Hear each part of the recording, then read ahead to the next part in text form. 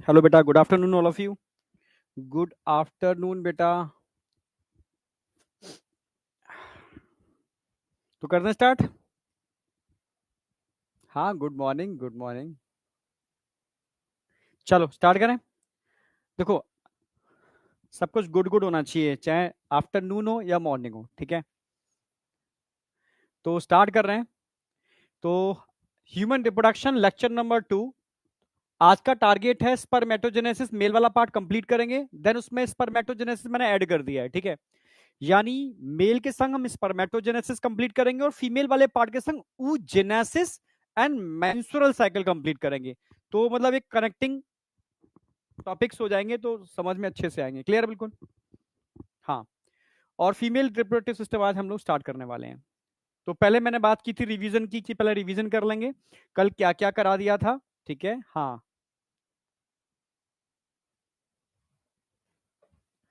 Test में 44 सही हैं नीतू, बहुत बढ़िया। चलो स्टार्ट कर रहा हूं मैं आगे प्रॉपर तरीके से। तो कल मैंने सबसे पहले आपको बताया था कि एक्चुअल में हमें पढ़ना क्या है इसके अंदर, ठीक है। तो जितने भी बच्चे इस बार 12th अपियर हैं, उनके लिए यहां से बस बोर्ड चालू हो जाता है। पूरी एनसीईआरटी उनकी टिप्स पर आ जाएगी और मल्टीपल टाइम में रिवीजन करा दूंगा, पर डे बैक का रिवीजन, जिससे चीजें और परफेक्टली हो जाएंगी, ठीक है। तो मेल रिप्रोडक्शन के अंदर सबसे पहले मैं बात करूंगा, ठीक है। मेल का पूरा पार्ट हम समझाने वाले हैं, जो मैंने लगभग करा दिया है, आज एंड कर दूंगा। साथ में मैं स्पर्मेटोजेनेसिस कराऊंगा, ठीक है। ऐसे ही मैं आज फीमेल वाला पार्ट स्टार्ट कर दूंगा। देन उसके साथ में मैं oogenesis कराऊंगा। भाई यहां पर फाइनल स्पर्म बनेंगे, ओवा बनेंगे। फिर मैकेनिज्म ऑफ फर्टिलाइजेशन पढ़ेंगे हम, कि कैसे फर्टिलाइजेशन होता है, जायगोट बनता है, ठीक है। फिर जायगोट से वो स्टेज जिसको हम ब्लास्टोसिस्ट बोलते हैं, जो यूट्रस की वॉल से चिपकता है, अटैच होता है, इम्प्लांटेशन कहते हैं इसको। और इम्प्लांटेशन के बाद चालू होती है एम्ब्रियोजेनेसिस, यानी एम्ब्रियो का फॉर्मेशन, ठीक है। और जब एम्ब्रियो का फॉर्मेशन होता है तब हम पढ़ेंगे उसका जेस्टेशन पीरियड, ठीक है। मतलब वो समय जिसके अंदर वो डेवलप होता है, जैसे 9 महीने कहते हैं हम ह्यूमन के केस में, और हर एनिमल का जेस्टेशन पीरियड अलग अलग होता है। फिर पार्चुरेशन। पार्चुरेशन का मतलब है पूरी मैकेनिज्म है कि बच्चा बाहर कैसे आता है, बर्थ कैसे होती है। ये मतलब नेचर का एक बेहतरीन मैकेनिज्म है, जो बहुत डिटेल में हम लोग पढ़ने वाले हैं इसको, ठीक है। फाइनली हमने एक एक करके स्टार्ट किया था। सबसे पहले हमने बात की थी टाइप्स ऑफ सेक्स ऑर्गन। भाई प्राइमरी भी होते हैं, सेकेंडरी भी होते हैं, किसके बेस पर? तो प्राइमरी हम किसके बेस पर बोल रहे हैं? किसी भी ऑर्गन के अंदर अगर सेक्स हार्मोन बन रहे हैं और निकल रहे हैं और गैमेटोजेनेसिस हो रही है, मतलब वो प्राइमरी है। हाँ, इसको छोड़ दो तो रिमेनिंग ऑल आर सेकेंडरी। ये क्लियर है बिल्कुल। तो primary sex organ secretion of sex hormone, formation of gametes, ठीक है। Secondary sex hormone maturation and transportation of gametes. तो यहां पर मेल में टेस्टिस, फीमेल में ओवरीज। रिमेनिंग वाले सारे के सारे किसमें आ जाएंगे? सेकेंडरी सेक्स ऑर्गन के अंदर आ जाएंगे, ठीक है। आगे बढ़ते हैं। फिर मैंने बात की थी भाई मेल में पढ़ना क्या क्या है। टेस्टिस पढ़ने, एसेसरी डक्ट पढ़ने, एसेसरी ग्लैंड्स पढ़ने, जो आज पढ़ाने वाला हूं, और एक्सटर्नल जेनाइटेलिया पढ़ने, ठीक है। टेस्टिस कल मैंने आपको करा दिए थे, ठीक है। वन पेयर होते हैं, it is a primary sex organ, और हर एक टेस्टिस एक चैम्बर में होता है, इसको स्क्रोटल सैक बोलते हैं। और दो स्क्रोटल सैक एक पाउच में होते हैं, इसको स्क्रोटम बोलते हैं, ठीक है। एसेसरी डक्ट कल मैंने डक्टर सिस्टम कराया भी था आपको। रटी टेस्टिस, जो एक नेटवर्क ऑफ ट्यूब्यूल था, ये खुल रहा था वासा इफरेंसिया, जो कल मैंने बताया भी था। वासा इफरेंसिया कितने होते हैं? 10 से लेकर के 12 वासा इफरेंसिया होते हैं, ठीक है। इनके मिलने से एपिडिडाइमिस बनता है, जो हाईली कॉइल्ड पार्ट है, लगभग 20 फीट, यस 20 फीट इनकी लेंथ होती है। इन सारी कॉइल को खोल दोगे तो, ठीक है। जो फाइनली किसमें खुलता है? वास डिफरेंस। ये चारों की चारों मेल सेक्स एसेसरी डक्ट हैं। क्लियर है बिल्कुल। अब एसेसरी ग्लैंड जो आज पढ़ाने वाला हूं, सामेनल वेसिकल 2 होती हैं, प्रोस्टेट 1 होती है, bulbo urethral, it is also called Cowper's gland, ये 2 होती हैं। क्लियर है बिल्कुल। हाँ, यस। हाँ, 20 फीट बेटा बहुत बड़ी होती है, हाईली कॉइल्ड होती है, 6 सेंटीमीटर की लेंथ होती है, टेस्टिस के ऊपर होती है, पोस्टीरियर पोजीशन होती है। पर सारी कॉइल को निकाल दोगे ना तो इतनी लंबी बैठेगी, समझे? यस। और एक्सटर्नल जेनाइटेलिया में स्क्रोटम और पेनिस। पेनिस मैंने कल करा दिया था, ठीक है। आज मैं इरेक्शन और इजैक्यूलेशन कराने वाला हूं इसका। अच्छा, ये डायग्राम कल क्लियर था, ये आपको स्क्रोटम समझ में आ गया था, पाउच ऑफ स्किन जिसमें स्क्रोटल सैक होते हैं हर एक टेस्टिस के लिए, ठीक है। इसके अंदर टेस्टिस होते हैं, गोबर्नेकुलम से अटैच्ड होते हैं, टेस्टिस के ऊपर एपिडिडाइमिस होता है, ठीक है। ठीक है, पोस्टीरियर पोजीशन होगी, ये एंटीरियर तो ऊपर वाली पोस्टीरियर, और उससे निकलती है वास डिफरेंस जो अकेली नहीं होती, एक कॉर्ड की फॉर्म में होती है, इसको बोलते हैं स्पर्मेटिक कॉर्ड। और यहां से ये एब्डोमिनल कैविटी में एंटर करती है, यूरिनरी ब्लैडर के ऊपर, यूरिटर के ऊपर एक लूप बनाती है, और सीधा ये कॉमन डक्ट में खुलती है, जिसको इजैक्यूलेटरी डक्ट बोलते हैं, जिसमें सेमिनल वेसिकल की डक्ट भी आकर के खुलती है, ठीक है। और इजैक्यूलेटरी डक्ट यूरेथ्रा में खुलती है, जहां से सीमन बाहर आता है। यहां तक कोई डाउट नहीं होना चाहिए, ठीक है, क्लियर है बिल्कुल। अब यहां पर मैंने मेल सेक्स एसेसरी ग्लैंड की बात की थी, सेमिनल वेसिकल 2 होती है, प्रोस्टेट 1 होती है, बल्बो यूरेथ्रल 2 होती है, स्ट्रक्चर में मेंशन भी किया हुआ है। मैंने पेनिस का हाफ पार्ट बनाया है, सेम हाफ इधर भी होगा, ठीक है, तो जरूरत नहीं समझी उसको भी बनाने की, तो हाफ से काम चल रहा है। तो 1 पेयर यानी एक इधर एक इधर, कॉर्पस कैबरनोसम मसल्स होते हैं, क्योंकि पेनिस मस्कुलर होता है, ठीक है। तो इनमें ब्लड वेसल्स होते हैं, जिनमें ब्लड के फ्लो होने से इरेक्शन होता है, जो आज बताने वाला हूं, ठीक है। तो कॉर्पस कैबरनोसम 2 होते हैं, ठीक है, और कॉर्पस स्पॉन्जियोसम 1 होता है, ये यूरेथ्रा के अराउंड होता है और आगे जाकर के ग्लैंस पेनिस को बनाता है, टिप ऑफ पेनिस को बनाता है, ठीक है। तो दोनों ही मस्कुलर हैं, और ये दोनों ही रिस्पॉन्सिबल होते हैं इरेक्शन के लिए, ठीक है, ठीक है। अब ग्लैंस पेनिस की जो ऊपर एक स्किन होती है, इसको प्रीप्यूस या फोरस्किन बोलते हैं, और यूरेथ्रा की ओपनिंग को यूरेथ्रल मिएटस बोलते हैं। यहां तक कोई डाउट है तो मुझे बताओ, नहीं होना चाहिए यहां तक।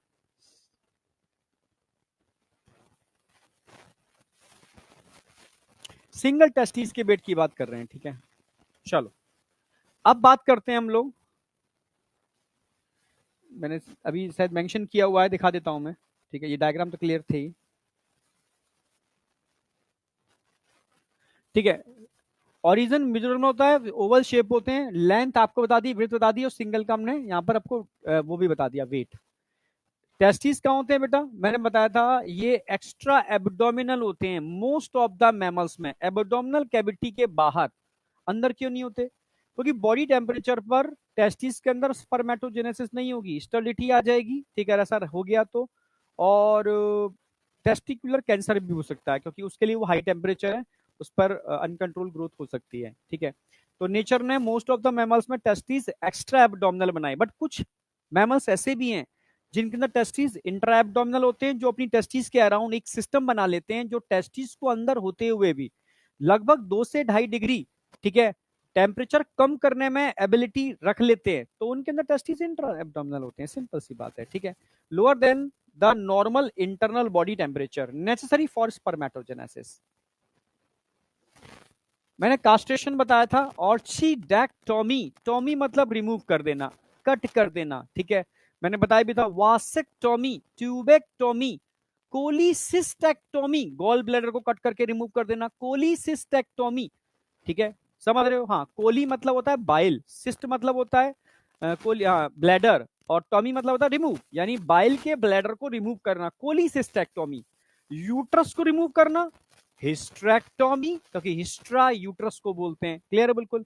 ऐसे ही यहां पर हम टर्म यूज किया ऑर्ची, ऑर्चिडेक्टोमी, ऑर्ची मतलब टेस्टिस, ठीक है, टॉमी मतलब रिमूव कर देना, यानी टेस्टिस को कट करके रिमूव कर देना, ऑर्चिडेक्टोमी, ठीक है।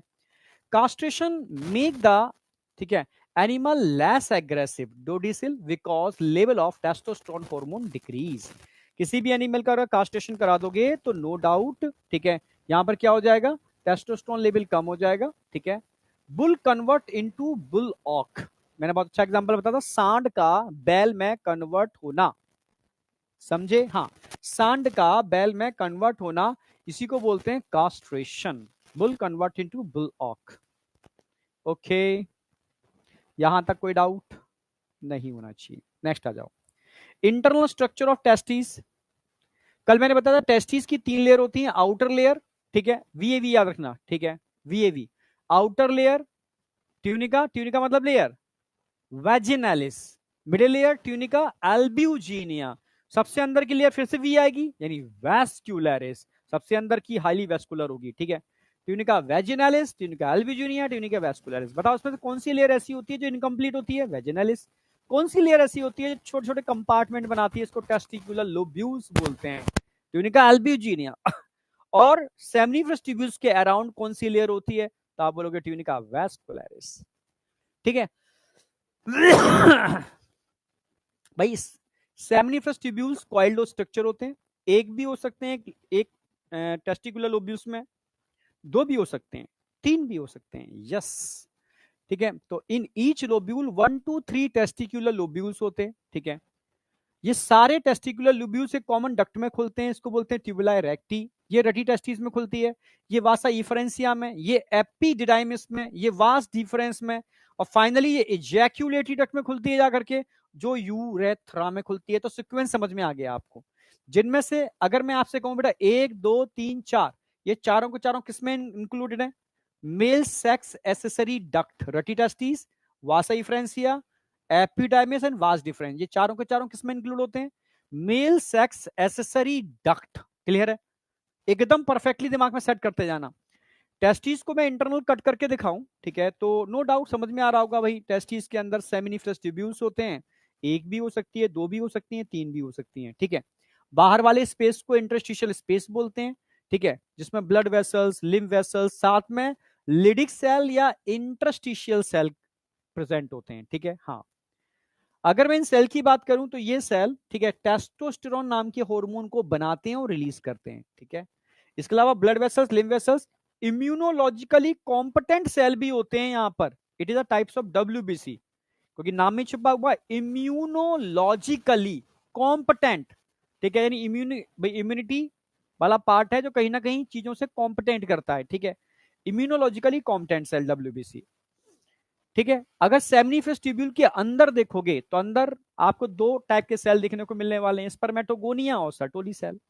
स्पर्मेटोगोनिया स्पर्म को बनाते हैं, Sertoli cell sperm maturation factor release करते हैं, जैसे यहां पर, ठीक है, इंटरस्टिशियल सेल टेस्टोस्टेरोन रिलीज कर रहे हैं। ये स्पर्म को नरिशमेंट प्रोवाइड कराते हैं, न्यूट्रिशन देते हैं, मैच्योर करते हैं उनको। ठीक है, तो ये मैच्योरेशन वाला पार्ट ही है स्पर्म मैच्योरेशन फैक्टर। तो सिंपल सी बात है, सब कंट्रोल करने के लिए हाइपोथैलेमस जो GnRH रिलीज करता है, पिट्यूटरी LHFSS रिलीज करती है, LH लिडिक से या इंटरस्टिशियल सेल को स्टिमुलेट करता है टेस्टोस्टेरोन को रिलीज करने के लिए, तब जाकर के ये स्पर्मेटोजेनेसिस को स्टार्ट कराएगा at the time of puberty, जब आप में प्यूबर्टी आएगी। ठीक है, स्पर्म से स्पर्मेटिड बन जाएंगे तब FSH निकलेगा, ये सर्टोली सेल से कहेगा कि भाई स्पर्म मैच्योरेशन फैक्टर रिलीज करो, तब जाकर के स्पर्मेटिड का स्पर्म में कन्वर्जन होगा, मतलब मैच्योरेशन होगा। आप समझ रहे हो? हाँ, मैच्योरेशन होगा। ठीक है, तो इसलिए न्यूट्रिशन मैच्योरेशन सब में यही हेल्प करते हैं सर्टोली सेल। ठीक है, तब जाकर स्पर्म बन पाता है, तो उसमें hypothalamus, pituitary, LH, FSH, Sertoli cell और इंटरस्टिशियल सेल का रोल होता है। चलो, फिर फाइनली मैंने आपसे एक्सटर्नल जेनिटलिया की बात की थी। पेनिस मैंने बताया था एक मस्कुलर कॉपुलेटरी ऑर्गन है। ठीक है, हाँ, इसमें ब्लड वेसल्स होते हैं और ब्लड का फ्लो जब इसमें बढ़ जाता है, ठीक है, तेजी से, तो इसमें एकदम इरेक्शन हो जाता है। ठीक है, तो वो मैकेनिज्म क्या है वो मैं बताने वाला हूं। इसके लिए दो स्पेशल टिश्यू, एनसीईआरटी बोलती है, दो स्पेशल टिश्यू होते हैं इसके लिए, इरेक्शन के लिए। एक होते हैं कॉर्पस स्पॉन्जियोसम और कॉर्पस कैबर्नोसम। ठीक है, स्पॉन्जियोसम ऐसे याद रखो, sponge, sponge gland Spanish spongy होता है। ठीक है, तो स्पॉन्जियोसम ग्लैंड स्पेनिस बनाता है, मतलब सिंगल होता है। कैबर्नोसम पेयर में होते हैं। ठीक है, पेयर में होते हैं। तो मैंने डायग्राम बना के भी समझाया था आपको कि ये डॉर्सल पोजीशन है, ये वेंट्रल पोजीशन है। तो डॉर्सल साइड पर तो पेयर वाले स्ट्रक्चर होंगे। ठीक है, यस, डॉर्सल साइड पर पेयर वाले और वेंट्रल साइड पर सिंगल। यहां से यूरिथ्रा होती है सिंगल। यूरिथ्रा के अराउंड स्पॉन्जियोसम होगा जो आगे जाकर के ग्लैंड स्पेनिस बनाएगा। ये कैबर्नोसोम होंगे, इनके अंदर ब्लड वेसल्स होते हैं, ब्लड का तेजी से फ्लो होता है, तब इनमें इरेक्शन होता है। कैसे बताऊंगा, ये भी क्वेश्चन आया हुआ है। कौन कौन से टिश्यू इरेक्शन के लिए रिस्पॉन्सिबल होते हैं? Both responsible for erection of penis. यहां तक कोई डाउट? ये सिंगल वन पेयर होते हैं, डॉर्सल पोजीशन होती है, present around blood vessels, single होते हैं, मिड वेंट्रल होते हैं, यूरेथ्रा के अराउंड होते हैं। It is responsible for formation of glands penis. अब बताओ, यहां तक किसी को कोई डाउट है?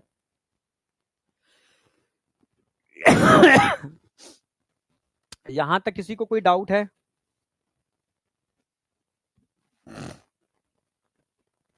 चलो अब आ जाओ। यस, काफी इंपॉर्टेंट है, regulation of erection and ejaculation. अब समझ लो पहले मतलब क्या होता है इरेक्शन का और इजैक्यूलेशन का। पहले मैं सिंपल लैंग्वेज में समझा दूं, क्योंकि कुछ बच्चे नए बच्चे भी होते हैं जो पहली बार पढ़ रहे हैं। ठीक है, यहां तक मान के चल रहा हूं सब चीजें एकदम ब्रेन में सेट है।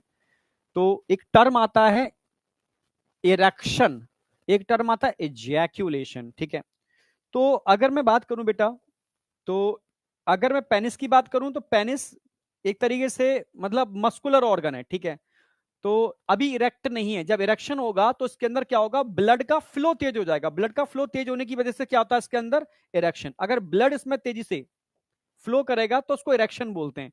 इरेक्शन नेसेसरी है, क्योंकि इरेक्शन नहीं होगा तो फीमेल ट्रैक में इजैक्यूलेशन, इजैक्यूलेशन का मतलब है सीमन का बाहर निकलना। तो सीमन को बाहर निकालने की जो प्रोसेस है इसको इजैक्यूलेशन बोलते हैं, नॉर्मल स्टेज से। ठीक है, ठीक है, इस स्टेज में आने की प्रोसेस को हम इरेक्शन बोलते हैं। तो इनकी मैकेनिज्म क्या है, ठीक है, समझ गए ना, कौन है जो उसको कंट्रोल करता है, कौन सा नर्वस सिस्टम कंट्रोल करता है, ठीक है, कौन कौन से हार्मोन इसको कंट्रोल करते हैं, ये क्या है, ये किस तरीके से रेगुलेट होता है ब्रेन से। ठीक है, समझ रहे हो ना मेरी बात, तो उसको समझना है आपको, इरेक्शन एंड इजैक्यूलेशन। अब थोड़ा सा मैं बायोलॉजिकली चीजें समझाऊंगा, समझने की कोशिश करना। तो सबसे पहले बात कर रहे हैं हम, ठीक है, कहां से सब चीजें रेगुलेट होती हैं, भाई ब्रेन से रेगुलेट होती हैं। सिंपल सी बात है, ब्रेन से रेगुलेट होती हैं सारी चीजें, सिंपल सी बात है। ठीक है, भाई ब्रेन जो हाइपोथेटिकल चीजें आप लेकर के आ रहे हो उसका इफेक्ट बॉडी ही पड़ता है। अब अच्छा सोचोगे अच्छा देखोगे तो अच्छा इफेक्ट पड़ेगा। ठीक है, जैसा सोचोगे वैसा इफेक्ट पड़ेगा, सिंपल सी बात है। तो सारी चीजें कहां से रेगुलेट हो रही हैं, ब्रेन से। ठीक है, आपकी खुशी, आपका गम, आंखों में आंसू आना, ठीक है, सोचते सोचते अचानक से रो पड़ना, ठीक है, समझ रहे हो, कौन रेगुलेट कर रहा है, आपका ब्रेन ही तो कर रहा है। ठीक है, तो सारी चीजें सेंट्रल नर्वस सिस्टम से रेगुलेट होती हैं। ठीक है, कहां से, सेंट्रल नर्वस सिस्टम से। तो मैं यहां से स्टार्ट करूंगा, CNS, central nervous system, CNS, central nervous system.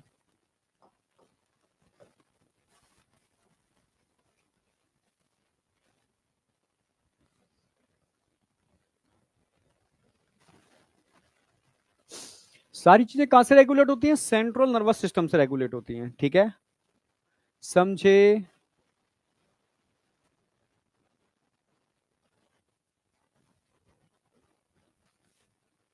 तुम पहली बार क्लास में आ रहे हो तो उससे मतलब गलत है ना, आप आपको चलो रिकॉर्डेड देखते हो कोई दिक्कत नहीं। ठीक है, चलो ठीक है।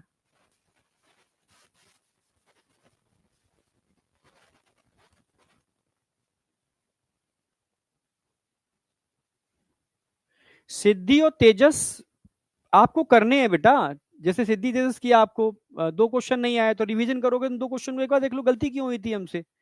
ठीक है, वो भी कर लिया करो। एपिडाइमिस के पार्ट, पार्ट अब नहीं कर रहे हैं एपिडाइमिस के, पहले पुराने नोट्सों में मैंने कराए थे। ठीक है, कैप्यूट, कॉर्पस, कॉइडा, ठीक है, नहीं करने अब वो चीजें नहीं आएंगी। ठीक है, हाँ, एक्चुअल में पहले कुछ चीजें कुछ आउट ऑफ आती थी। ठीक है, अब चीजें आउट ऑफ कंसेप्चुअल बन रही हैं। ठीक है, अब थोड़ी चीजें चेंज हुई हैं। ठीक है, तो पार्ट मैंने हटा दिए, अब पार्ट नहीं करने हैं एपिडाइमिस के।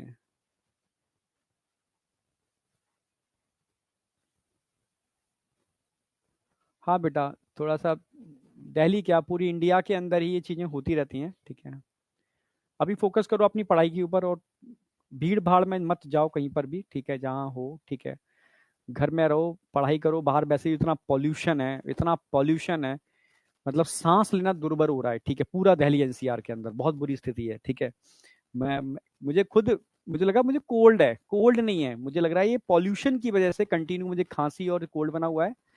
तो मुझे जो लगा भाई डिस्कस करूंगा अभी मैं। ठीक है, या मैं अभी कुछ चेंज भी करके देखना चाह रहा हूँ, एक्सपेरिमेंट। ठीक है, एक बार मैं 2 दिन के लिए एक फ्रेश एयर में जाता हूँ, डॉक्टर ने सजेस्ट किया है। फिर अगर वहां पर खांसी और कोल्ड नहीं है और फिर रिटर्न होने पर हो रहा है आपको, तो समझ लेना ये कहीं ना कहीं वो चीज है। तो मैं अभी देखो डिस्कशन चल रहा है, तो 2 दिन के लिए मैं थोड़ा सा एक प्यूरीफाइड एयर, मतलब एक अच्छी जगह पे जाऊंगा जहां पर थोड़ा एयर प्यूरीफाई हो।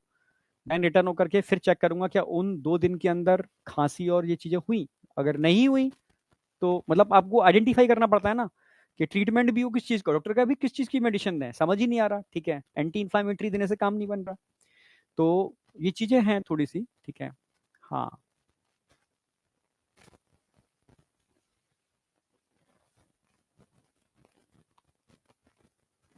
यहां तक कोई डाउट?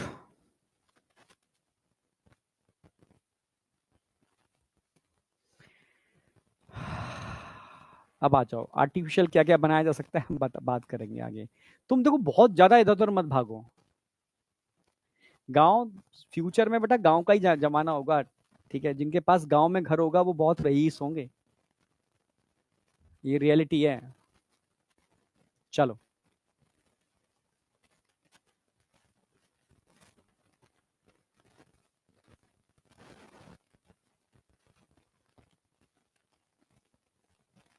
चलो करें स्टार्ट। चलो, अब आ जाओ, थोड़ा समझना एक्चुअल में, मतलब समझने का है थोड़ा सा, ठीक है। आप जानते हो सेंट्रल, मैं पढ़ा चुका हूं नर्वस सिस्टम, तो सेंट्रल नर्वस सिस्टम में आप जानते हो ब्रेन और स्पाइनल कॉर्ड आते हैं, एक होता है पेरिफेरल नर्वस सिस्टम, पीएनएस, जो सेंट्रल नर्वस सिस्टम को बॉडी ऑर्गन से जोड़ता है, वो नेटवर्क ऑफ न्यूरॉन पीएनएस कहलाता है, पेरिफेरल नर्वस सिस्टम। और पेरिफेरल नर्वस सिस्टम का ही एक पार्ट होता है ऑटोनॉमिक नर्वस सिस्टम, यानी सेंट्रल नर्वस सिस्टम को बॉडी ऑर्गन से, बॉडी कौन से ऑर्गन से, इनवॉलेंट्री जिस पर आपका कंट्रोल नहीं है, जोड़ने का काम एएनएस करेगा, ठीक है। तो सेंट्रल नर्वस सिस्टम को मैं जोड़ रहा हूं ऑटोनॉमिक नर्वस सिस्टम से, एएनएस ऑटोनॉमिक नर्वस सिस्टम, ये पीएनएस का ही पार्ट है। तो यहां हम सेंट्रल नर्वस सिस्टम को कनेक्ट कर रहे हैं किससे, ऑटोनॉमिक नर्वस सिस्टम से।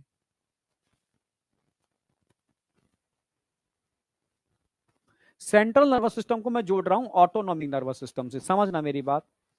और ऑटोनॉमिक नर्वस सिस्टम की अगर मैं बात करूं ना, तो ऑटोनॉमिक नर्वस सिस्टम के दो पार्ट होते हैं, सिंपैथेटिक एंड पैरासिम्पैथेटिक, जो सब जानते हो।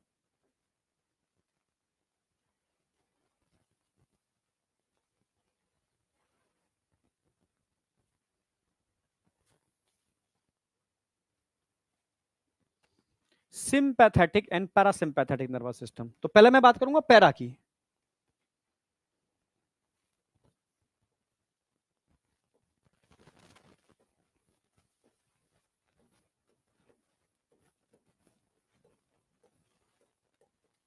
पैरासिम्पैथेटिक, इधर बात करूंगा सिंपैथेटिक।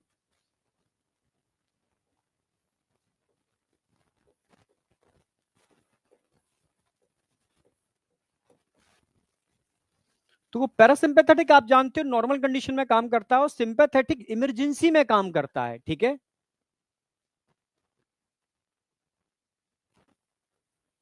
समझ रहे हो ना मेरी बात? हाँ भाई, ये काम करता है नॉर्मल कंडीशन में, रिलैक्स कंडीशन में, ये काम करता है इमरजेंसी में। इमरजेंसी का मतलब है शेर आपके पीछे दौड़ रहा है, बताओ, समझ रहे हो ना, इमरजेंसी है।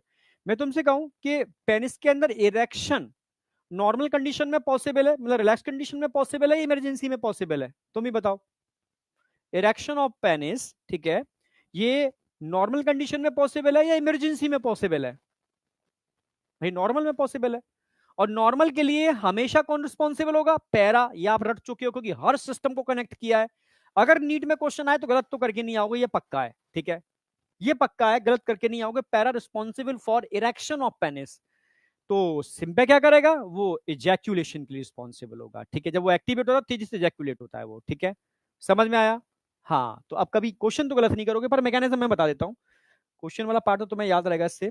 अगर मैं पैरासिम्पैथेटिक नर्वस सिस्टम की बात करता हूं, ठीक है, तो ये करता क्या है ये, ठीक है, ये करता क्या है parasympathetic nervous system, normal condition में, रिलैक्स कंडीशन के अंदर एक कह सकते हो हार्मोन होता है नाइट्रिक ऑक्साइड, नाइट्रिक ऑक्साइड के सीक्रेशन को स्टिमुलेट करता है पेनिस के जो लोकल टिश्यू होते हैं ना उनके अंदर, तो नाइट्रिक ऑक्साइड की अमाउंट बढ़ जाती है। यस, समझना मेरी बात। तो पैरासिम्पैथेटिक नर्वस सिस्टम है, क्या काम करेगा, स्टिमुलेट करेगा,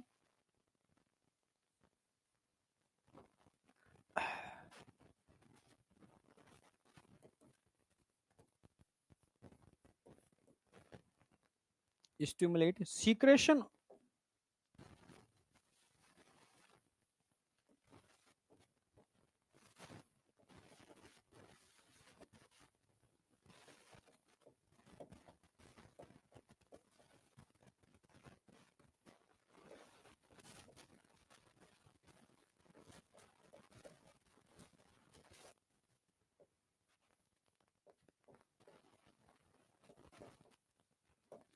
पेनिस के जो लोकल टिश्यू होते हैं ना, उनमें एनओ के अमाउंट को बढ़ा देगा, नाइट्रिक ऑक्साइड के अमाउंट को बढ़ा देगा, secretion of NO in local tissue. इससे क्या होगा, एनओ क्या काम करता है, ये नाइट्रिक ऑक्साइड, ये दो काम करता है, ठीक है। जैसे ही इसका अमाउंट बढ़ेगा ना, तो ये स्मूथ मसल्स होते हैं उनको रिलैक्स कर देगा, ठीक है। स्मूथ मसल्स को रिलैक्स करेगा, जैसे रिलैक्स करेगा तो ढीला हो जाएगा वो, और ढीला हो जाएगा, साथ में ब्लड वेसल्स को डायलेट कर देगा, उसमें ब्लड का फ्लो बढ़ जाएगा, तो लूज हो रहा है और ब्लड का फ्लो बढ़ रहा है, तो एकदम साइज इसका इंक्रीज हो जाएगा, ठीक है। इसको बोलते हैं इरेक्शन। तो secretion of nitric oxide in local tissue of penis, ये क्या काम करेगा, दो काम करेगा।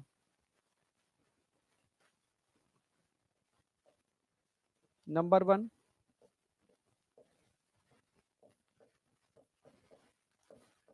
relaxation of smooth muscles.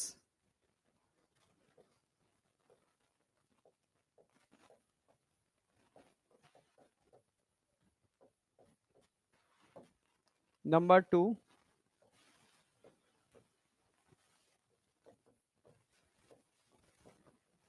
dilation of blood vessels, dilation of blood vessels, ठीक है। तो ब्लड वेसल्स का डायलेशन हो जाएगा और स्मूथ मसल्स का रिलैक्सेशन हो जाएगा। इन दोनों मैकेनिज्म में क्या होगा, increase blood flow in penis, increase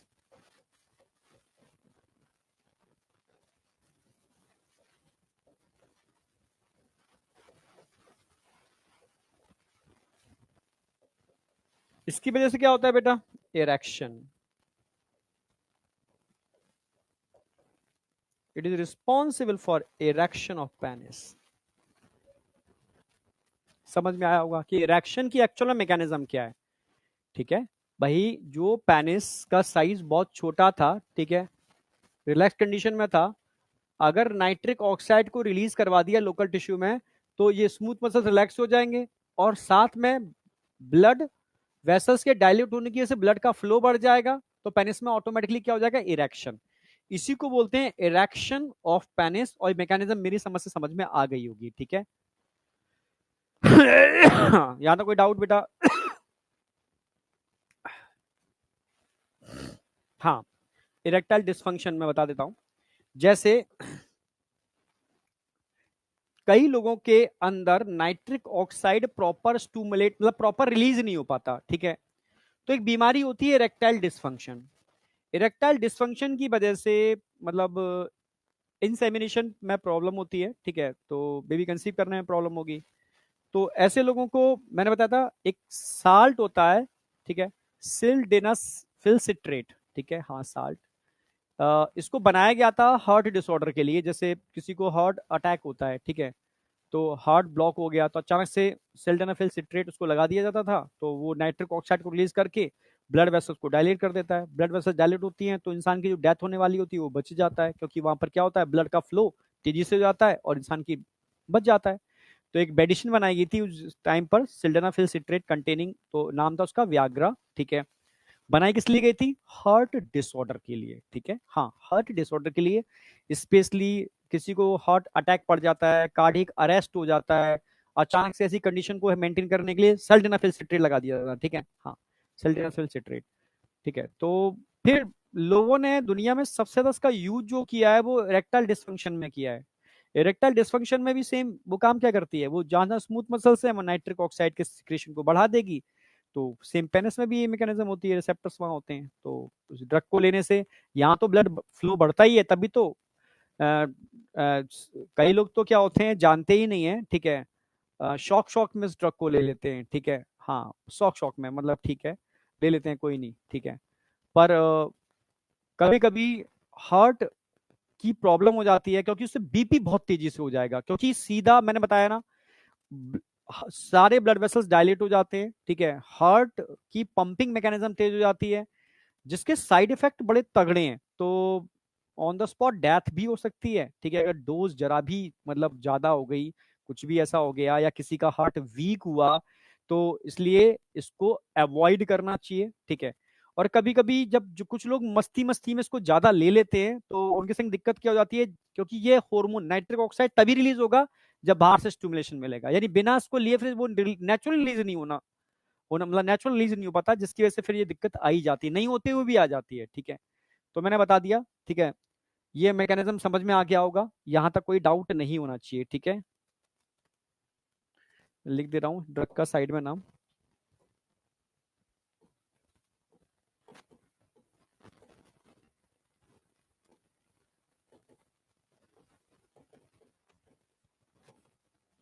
sildenafil citrate, erectile dysfunction.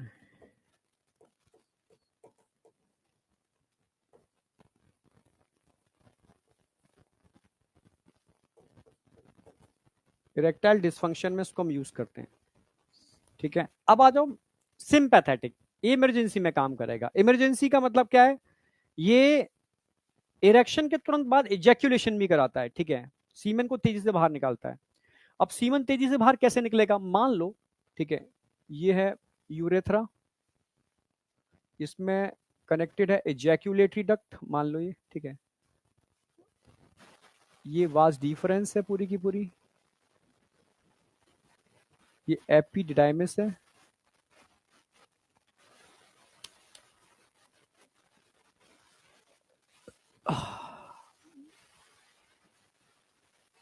और फिर टेस्टीज होगी। ठीक है, इनके चारों तरफ स्मूथ मसल्स होते हैं, इन सब में क्या होंगे, smooth muscles.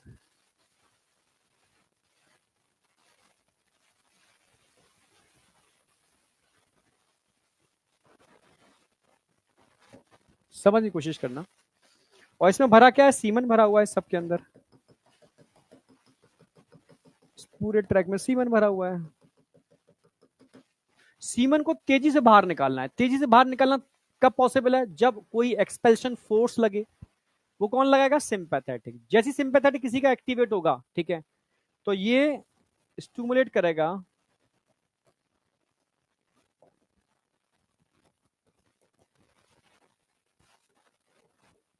Contraction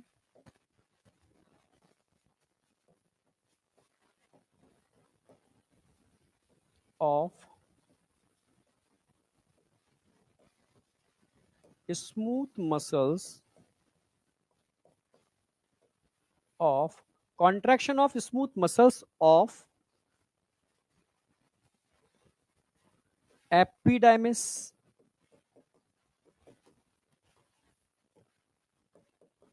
was deferens. इसकी वजह से क्या होगा भाई, सब में तेजी से कॉन्ट्रैक्शन होगा। कॉन्ट्रैक्शन होने से क्या होगा, एक्सपेल्शन फोर्स जनरेट होगा। ये तेजी से सारे सीमन को बाहर निकालेगा, इसी को बोलते हैं क्या, जैक्यूलेशन। इससे क्या होगा, इसकी वजह से क्या होगा, इजैक्यूलेशन।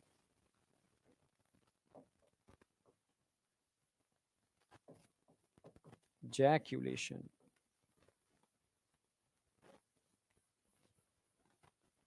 समझ में आया, इजैक्यूलेशन। ठीक है, तो इरेक्शन का मैकेनिज्म समझ में आया होगा, इजैक्यूलेशन समझ में आया होगा। ठीक है, समझे।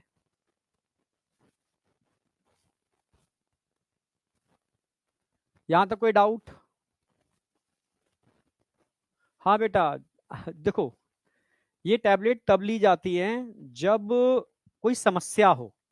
उसमें भी डॉक्टर डिसाइड करता है कि कितनी डोज देनी है, क्या कोई आपको हार्ट डिसऑर्डर तो नहीं है, क्या आपको हार्ट वीक तो नहीं है। ठीक है, तो डॉक्टर डिसाइड करता है। पर आज की डेट में क्या है, नई जनरेशन खुद की अपनी डॉक्टर है, ठीक है, उसके अंजाम भुगत भी लेती है वो। ठीक है, तो समझ में आया, तो पूछ के डिस्कशन करके तब ये चीजें यूज की जाती हैं, अपनी तरफ से मत यूज करना। ठीक है,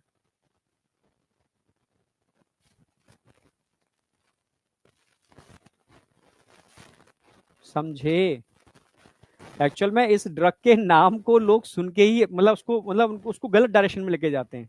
ठीक है, जैसे तुम एक आम इंसान से बात करो, ठीक है, आम इंसान से बात करो तो टर्म यूज करो वियाग्रा। ठीक है, तो वो जानता ही नहीं है कि ड्रग है क्या। डॉक्टर जानते हैं इट इज अ मतलब एक ड्रग है जो सेल्डेनाफिल सिट्रेट, जिसका साल्ट है, जो ब्लड वेसल्स को डायलेट करती है, स्पेशली हार्ट के लिए बनाई गई है। हाँ, लोग उसको दूसरी चीज में यूज करते हैं, वो एक अलग चीज है। ठीक है, तो लोग एक्चुअल में उसका सही पर्पस नहीं जानते, वो बनाई किस लिए गई है, उसका एक्चुअल मैकेनिज्म क्या है। ठीक है, समझे। समझे या नहीं समझे। हाँ, रिजल्ट मैं मोबाइल में है, मैं डिस्कस कर लूंगा लास्ट में, है ना, बीच में इसको रिदम तोड़ते नहीं है। यहां तक कोई डाउट है? ठीक है, यहां तक कोई डाउट है? बस ये ध्यान रखना है, सिंपैथेटिक हमेशा एजैकुलेशन की रिस्पॉन्सिबल होता है, जो लोग अपने सिंपैथेटिक को कंट्रोल करना जानते हैं। ठीक है, मुश्किल है क्योंकि ऑटोनॉमिक है। ठीक है, बट कुछ मैकेनिज्म, कुछ चीजें होती हैं जिससे लोग कंट्रोल कर लेते हैं, यौगिक क्रियाएं होती हैं। ठीक है, तो वो इसको एजैकुलेशन को डिले कर सकते हैं। नहीं तो बात भाई केस में तो बड़ा, समझ रहे हो, जो आप आज की डेट में डाइट ले रहे हो, जो आप खाना खा रहे हो आज की डेट में बाहर का फास्ट फूड, ठीक है, वो आपके सिंपैथेटिक को हर समय एक्टिवेट रखता है, हर समय। समझ रहे हो? यस। आपकी जो दिनचर्या है, आपका जो खाना है, आपका जो पीना है, वो आपके सिंपैथेटिक को एक्टिवेट रखता है। और सिंपैथेटिक को एक्टिवेट रखने की वजह से आपकी गट पर बहुत बड़ा असर पड़ रहा है। मैं रियल बता रहा हूँ क्योंकि मेरे जो डिस्कशन चल रहे हैं, ठीक है, खूब आए दिन एक्सपेरिमेंट सारे मेरे ऊपर ही होते हैं। ठीक है, तो डॉक्टरों से डिस्कशन चल रहे हैं। ठीक है, और फूड का तो खैर मुझे पता ही है कि क्या क्या चीजें होती हैं फूड के केस में। हम जो फूड खाते हैं, मतलब एक तरीके से मतलब मानो हमारी बॉडी क्या है, एक हवन कुंडी तो है। ठीक है, हवन कुंड जो डालोगे वो भस्म होगा, मतलब जलेगा और एनर्जी प्रोड्यूस करेगा। सिंपल सी बात है। आप खाना क्यों खाते हो, मैं बताया था, क्योंकि अंदर जाके बर्न होता है और एनर्जी प्रोड्यूस होती है। सिंपल सी बात है, हवन कुंड है। ठीक है, जिसके अंदर आप जो आहुति देते हो वैसी एनर्जी प्रोड्यूस होती है। अब आप चाउमीन, बर्गर, मोमोज, ठीक है, ये खाओगे तो वैसी तो एनर्जी बनेगी। सात्विक फूड खाओगे, अच्छा फूड खाओगे, अच्छा फूड इंटेक करोगे, तो वैसी एनर्जी प्रोड्यूस होगी। सिंपल सी बात है। तो ये मैं नहीं बोल रहा, ठीक है, ये अच्छे अच्छे न्यूट्रिशन, मैं एक न्यूट्रिशन का भी मैं पूरा कोर्स कर रहा हूँ। ठीक है, ऑलरेडी। ठीक है, डिस्कशन चल रहा है बहुत सारे लोगों से कि न्यूट्रिशन में आखिर कौन से न्यूट्रिशन बॉडी के किस पार्ट पर क्या इफेक्ट डाल रहे हैं। ठीक है, कहाँ क्या कमी आ रही है। तो सिंपल सी बात है, सिंपैथेटिक नर्वस सिस्टम की बात करूं, जो आज की डेट में आप न्यूट्रिशन ले रहे हो वो आपके सिंपैथेटिक नर्वस सिस्टम को एक्टिवेट रख रहा है, जिसकी वजह से गट सबकी खराब है। कल मैंने बताया भी था, कॉन्स्टिपेशन वाला बात बताई थी मैंने आपको। ठीक है, मैक्सिमम लोगों को कॉन्स्टिपेशन है, जो आगे जाकर के पाइल्स के लिए रिस्पॉन्सिबल होता है। ठीक है, आगे जाकर के आपके मूड सिंड्रोम, क्योंकि गट और ब्रेन आपका कनेक्टेड है। ठीक है, कहते हैं जिस दिन गट खराब हो, आपका मोशन अच्छा ना हो, उस दिन मूड भी अच्छे से काम नहीं करेगा आपका। ठीक है, जिस दिन फ्रेश अच्छे से होगे, मूड भी अच्छा काम करेगा। यानी वो जुड़े हुए हैं, एक्चुअल में कनेक्टेड है, बिल्कुल। ठीक है, गट अगर आपकी हेल्दी है तो आपका मूड अपने आप हेल्दी रहेगा, रियलिटी है। ठीक है, फाइबर हम खाते नहीं है, ठीक है, फ्रूट्स हम खाते नहीं है, वेजिटेबल्स हम खाते नहीं है, सैलेड हम खाते नहीं है, तो कहां से आपकी गट अच्छी रहेगी। गट के अंदर जो माइक्रोफ्लोरा है वो बिगड़ा हुआ है सारा का सारा आपका। ठीक है, गुड बैक्टीरिया बैड बैक्टीरिया का एक बैलेंस होता है, वो बिगड़ा हुआ है।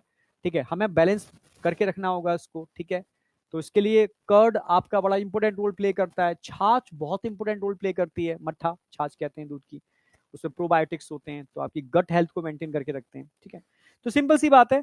तो इसके एक्टिवेट होने की वजह से आपका गट बिगड़ा हुआ है, बॉडी के सारे सिस्टम बिगड़े हुए हैं, जहां तक कि इजैक्यूलेशन तुरंत होता है। ठीक है, मेंटेन ही नहीं होता। क्यों? क्योंकि सिम पे आपने हर समय एक्टिवेट करके रखा हुआ है। अब बताओ, यहां तक किसी को कोई डाउट है? पूरा कंसेप्चुअल मैंने सेट कर दिया है। ठीक है, रिलेटेड सारी बातें डिस्कस कर ली हैं, आगे बढ़ रहा हूं। कोई डाउट?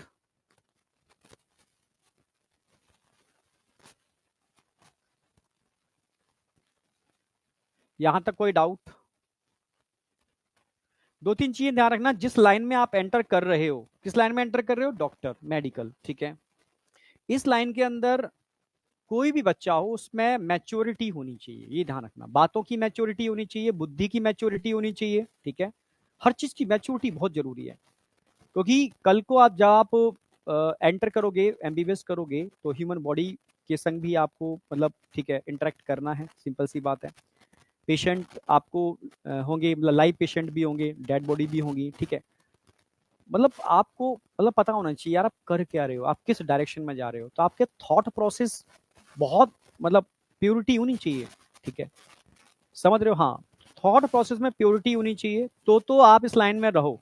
अगर थॉट प्रोसेस में प्योरिटी नहीं है बेटा, तो लाइन छोड़ दो आप। ठीक है, मैं सच कह रहा हूँ, रियलिटी है। ठीक है, हाँ, बहुत जरूरी है, क्योंकि प्योरिटी बहुत जरूरी है आपकी सोच में, आपके थॉट प्रोसेस के अंदर। आप जो प्रोफेशन चूज किए हो, ठीक है, डॉक्टर, जिसको भगवान कहते हैं, ठीक है, क्योंकि मतलब पूरा इंसान की उस, समझ रहे हो, पूरा जान, मतलब पूरा सब कुछ उसी के हाथों में होता है। ठीक है, और बॉडी में प्रॉब्लम कहीं पर भी हो सकती है, ट्रीट आपको करना पड़ेगा। ठीक है, आप मेल डॉक्टर हो या फीमेल डॉक्टर हो। ठीक है, और पेशेंट आप ये देख के ट्रीट नहीं करोगे मेल पेशेंट है या फीमेल पेशेंट है, ठीक है। तो आपकी प्योरिटी बहुत जरूरी है, नेचर भी उसी को मौका देगी जो वास्तव में ब्रेन में प्योरिटी रखता होगा। बस इतना इशारा बहुत है हर बच्चे को समझाने के लिए, ठीक है। वापस आ जाओ, ठीक है। मैं तो देखो टीचर हूँ, मुझे तो हर चीजें समझानी पड़ेंगी, हर कंसेप्ट बताना पड़ेगा, ये सोच करके कि मेरे सामने जो बच्चे बैठे हैं, ठीक है, उनके लिए क्या जरूरी है, ठीक है। समझ रहे हो ना। बात बाकी का आप किस चीज को कैसे लेते हो ये आपकी सोच पर डिपेंड करता है, ठीक है। चलो खैर, मैं बस बताना मेरा काम है, ठीक है। एसेसरी ग्लैंड मैंने कहा था 3 एसेसरी ग्लैंड होती हैं, ऐसे फीमेल में भी होती हैं, ठीक है। हाँ, फीमेल में भी होती हैं, क्योंकि देखो मैंने बताया है बेटा, आप सही हो, मैं ये मतलब नहीं कह रहा आप गलत हो, मैं कह रहा हूँ आपकी थॉट प्रोसेस आपकी अच्छी होनी चाहिए, चाहे आप मेरे सामने हो या नहीं हो, ठीक है। आप ह्यूमन बॉडी पढ़ रहे हो, आपको नॉलेज होनी चाहिए, और उसका मतलब ये सोच के होनी चाहिए कि एक्चुअल में मतलब आपको नेचर में बहुत बड़ा मौका दिया है कुछ बहुत बड़ा करने का, ठीक है। चलो, seminal vesicle, prostate gland, bulbo urethral gland. Bulbo urethral का एक नाम और होता है, जरा बताओ किसको याद है। बल्बो यूरेथ्रल को एक नाम से और जानते हैं, काउपर्स ग्लैंड, मत भूलना क्या बोलते हैं इसको, Cowper's gland.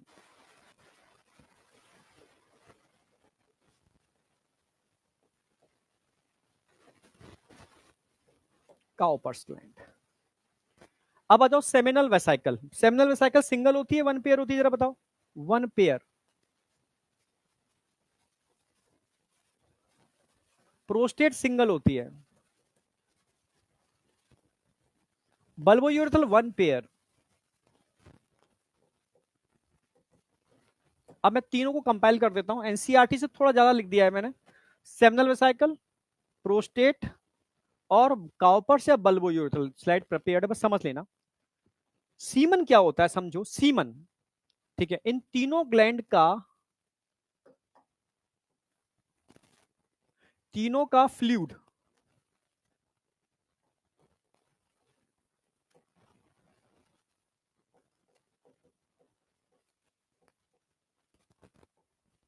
Fluid of all glands plus, अच्छा इसको क्या बोलते हैं, इन तीनों ग्लैंड के फ्लूइड को मिला दिया जाए, इसको क्या बोलते हैं, फ्लूइड्स ऑफ ऑल ग्लैंड क्या बोलते हैं, जरा बताओ। इन तीनों ग्लैंड के फ्लूइड को मिला दिया जाए तो एक टर्म यूज करते हैं, क्या बोलते हैं, सीमन नहीं बोलते, seminal plasma. Yes, seminal plasma.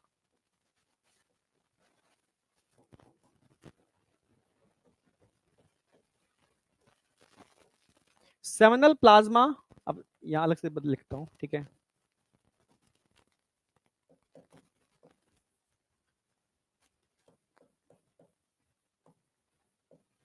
Plus semen, sorry plus sperm. Seminal plasma और स्पर्म को मिला दिया जाए तो कॉमनली हम क्या यूज करते हैं, सीमन।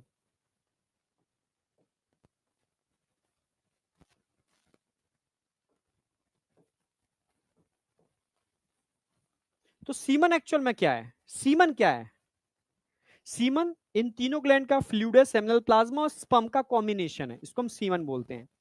तो मैं जहां जगह जगह बात करूंगा, ठीक है, सेमिनल वेसाइकल अलग चीज है, सेमिनल प्लाज्मा अलग चीज है, ठीक है। हाँ, सेमिनल फ्लूइड समझना अलग चीज है और सेमिनल प्लाज्मा अलग चीज है, कंफ्यूज मत होना। सेमिनल वेसाइकल के फ्लूइड को सेमिनल फ्लूइड बोलते हैं, और तीनों ग्लैंड के फ्लूइड को मिला दिया जाता है उसको सेमिनल प्लाज्मा बोलते हैं, ठीक है। तो टोटल सीमन का, सीमन क्या कहती है,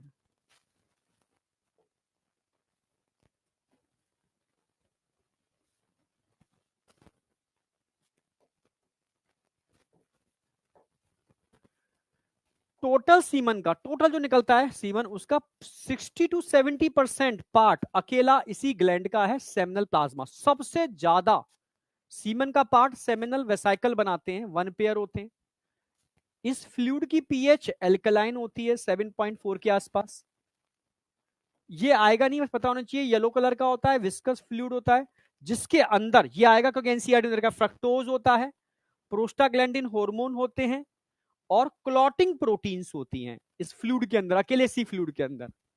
फ्रक्टोज स्पर्म को नरिशमेंट देता है, प्रोस्टाग्लैंडिन हार्मोन जब फ्लूइड फीमेल ट्रैक में जाता है तो वहां स्मूथ मसल्स में कॉन्ट्रैक्शन कराता है, क्लॉटिंग प्रोटीन जब सीमन बाहर निकलता है तो क्लॉटेड फॉर्म में निकलता है। क्यों? क्योंकि नेचर चाहती है जब तक सीमन बाहर निकले, फीमेल ट्रैक में सही जगह ना पहुंचे, तब तक वो क्लॉटेड रहे, जिससे कि उसकी एनर्जी सेव रहे।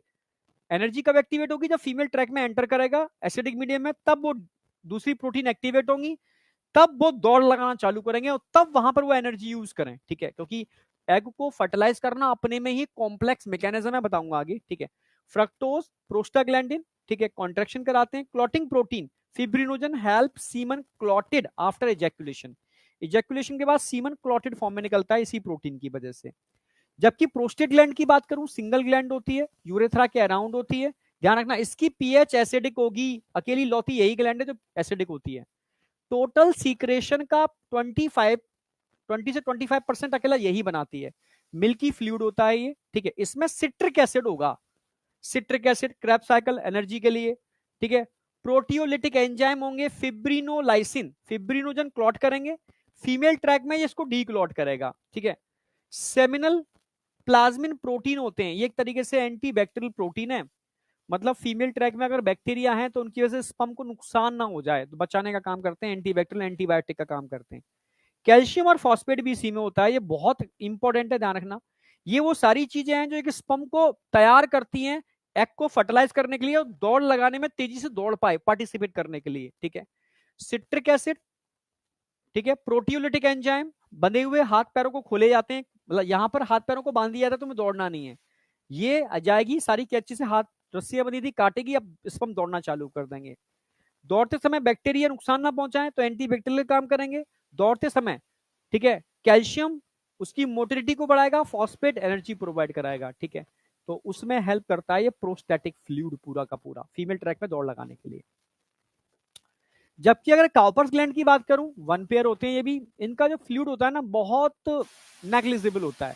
मेनली ये कह सकते हो एल्कलाइन फ्लूइड होता है, ये पेनिस की टिप को लुब्रिकेट करता है, बस ये मान के चलो। और यूरेथ्रा यूरिन की वजह से एसिडिक होती है और एसिडिक मीडियम के अंदर स्पर्म की डेथ हो सकती है, तो उसको न्यूट्रल करता है बस।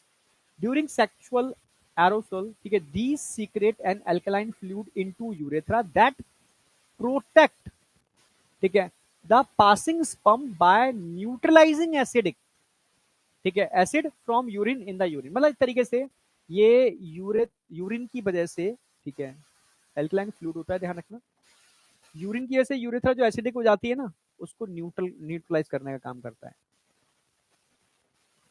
They also secrete mucus that lubricate the end of penis, यानी ग्लैंस पेनिस को लुब्रिकेट करने में हेल्प करता है, बस और कुछ भी नहीं है। ठीक है, यहां तक कोई डाउट नहीं होना चाहिए। ये मैंने बता दिया कि सीमन क्या होता है, स्पर्म प्लस सेमिनल प्लाज्मा को मिला दिया जाए तो सीमन कहलाता है। जो टोटल सीमन निकलता है 7.2 से 7.7, यानी इसकी अल्कलाइन पीएच होगी, ध्यान रखना। सेमिनल प्लाज्मा तीनों को मिला दो। Seminal fluid only seminal vesicle के फ्लूइड को बोलते हैं, जो अल्कलाइन होता है। प्रोस्टैटिक फ्लूइड एसिडिक होता है। काउपर्स का फ्लूइड अल्कलाइन होता है। टोटल सीमन अल्कलाइन होता है। ठीक है, वॉल्यूम जो एक बार में बाहर निकलता है ड्यूरिंग इजैकुलेशन लगभग 2.5 से लेकर के 5 ml। इसमें स्पर्म कितने होते हैं? 200 से 300 स्पर्म होते हैं एक सिंगल इजैकुलेशन में। मिलियन, मिलियन बोले हैं मैंने, 100 नहीं, 200 से 300 मिलियन स्पर्म होते हैं सिंगल इजैकुलेशन में। सोचो, इतने मिलियन स्पर्म में से मात्र एक स्पर्म होता है जो ओवा को फर्टिलाइज करने में, ठीक है, कैपेबल हो पाता है।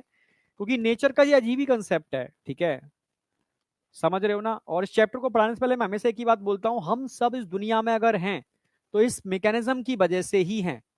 समझ रहे हो? यस, समझे? ये मैकेनिज्म नहीं होती, ये सिस्टम नहीं होते तो आज जीव का अस्तित्व ही नहीं होता। तो ऐसी चीजों को पढ़ने के लिए आपकी मेंटल सोच वैसी ही होनी चाहिए। ठीक है, क्योंकि ये it is a part of life, जो एक लाइफ का पार्ट है। इसमें आपके दिमाग के अंदर वल्गरिटी नहीं होनी चाहिए। ठीक है, सिंपल है आपकी थॉट प्रोसेस कि यार जीवन इसी से चल रहा है, जीवन बनता ही ऐसे है, हम सब बने ही ऐसे हैं। ठीक है, स्पर्म ओवा फर्टिलाइज करते हैं, जायगोट बनता है, जायगोट से ब्लास्टोसिस्ट बनता है, तब जाकर के एम्ब्रियोजेनेसिस होती है और एक जीवन पनपता है। सिंपल सी बात है। ठीक है, तो सिंपल ये मैकेनिज्म समझनी होगी आपको कि एक्चुअल में ये है। ठीक है, तो यहां तक कोई डाउट है किसी को?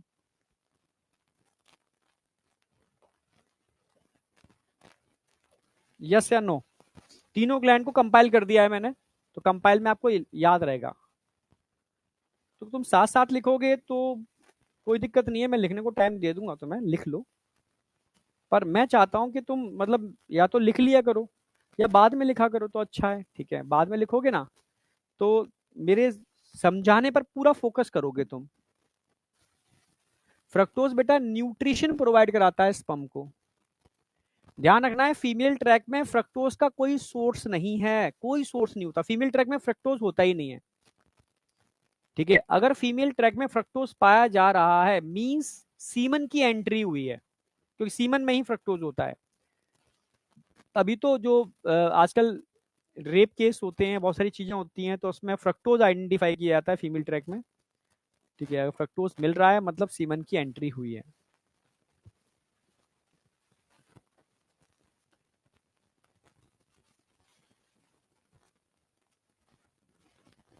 बाद में ही लिखोगे तो बेटा बहुत अच्छा रहेगा, ठीक है। प्रोस्टाग्लैंडिन हार्मोन बेटा स्मूथ मसल्स में कॉन्ट्रैक्शन कराते हैं, ये लोकल हार्मोन है, खाली यही नहीं होते, हमारी बॉडी में भी बहुत सारी जगह निकलते हैं। मैं भी पढ़ूंगा, डिटेल पढ़ाऊंगा भी पार्चुरेशन मैकेनिज्म के अंदर प्रोस्टाग्लैंडिन को।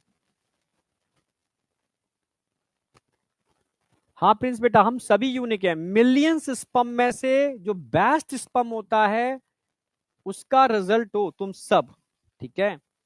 तभी तो कहते हैं अपने को किसी से कम मत आंको। सभी सभी के अंदर कुछ ना कुछ क्वालिटी है, सभी के अंदर। बस वही है ना कि हम भेड़ चाल में फंस जाते हैं और अपना कंपटीशन करना चालू कर देते हैं। भाई हो सकता है किसी कंपटीशन में दूसरा बेस्ट हो, पर तुम हो सकता है किसी और में बेस्ट हो। हर किसी में कुछ ना कुछ तो यार बेस्ट है। अगर इंसान अपने बेस्ट को ढूंढ ले, जान ले कि मेरे अंदर बेस्ट क्या है, और उस पर वो काम करे, चाहे वो छोटा सा काम ही क्यों ना हो, तो वो बेस्ट कर जाएगा।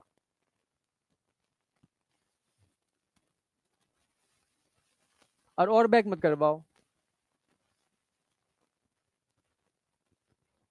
अरे ली 52 तो छोटी मोटी चीजें हैं यार, ठीक है। लिवर हेल्थ, लिवर एक ऐसा ऑर्गन है, बस तुम स्ट्रेस फ्री रहो, हंसते रहो, मुस्कुराते रहो, ठीक है। और जंक फूड मत खाओ।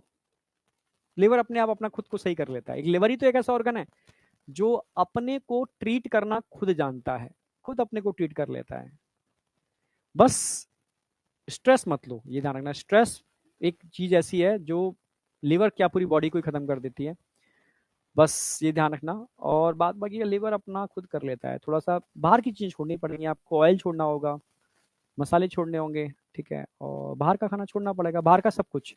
पर आज के डेट के अंदर लेबर मतलब मैं क्या बताऊं, आप फ्रूट्स खा रहे हो तो उसमें तो केमिकल लगा रहे हैं। मतलब लोग क्या कर रहे हैं पता ही नहीं, पगला चुके हैं।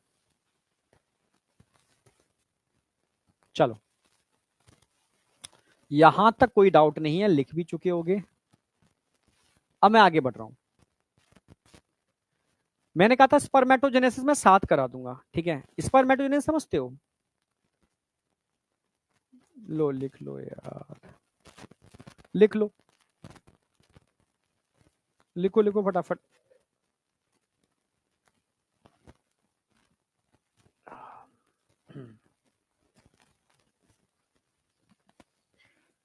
चलो आगे बढ़ रहा हूं। अब आ जाओ स्पर्मेटोजेनेसिस। स्पर्मेटोजेनेसिस समझते हो? अरे सेक्सुअल एरोजन मिल क्या होता है कि इंटर कोर होना, ठीक है, ठीक है।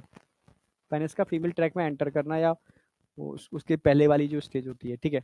नेक्स्ट आ जाओ स्पर्मेटोजेनेसिस। तुम्हें पता है एक स्पर्म के बनने में कितना टाइम लगता है? बहुत टाइम लगता है भाई, 65 से 75 दिन लगते हैं एक स्पर्म को बनने और पूरा मेच्योर होने में। यस, हाँ। उसका फॉर्मेशन एंड मैचुरेशन, ये पूरी मैकेनिज्म में 65 से 75 डेज लगते हैं। समझ में आ गया होगा, यानी 2 महीने से भी ज्यादा टाइम लगता है। यस, समझ रहे हो ना मेरी बात? हाँ। स्पर्म बनना कब चालू होते हैं? प्यूबर्टी। प्यूबर्टी कितनी एज पर आती है? वही 11-12 साल वाली उम्र पर आती है, 12 साल मान लो। It being during the puberty, वही 11-12 साल वाली उम्र,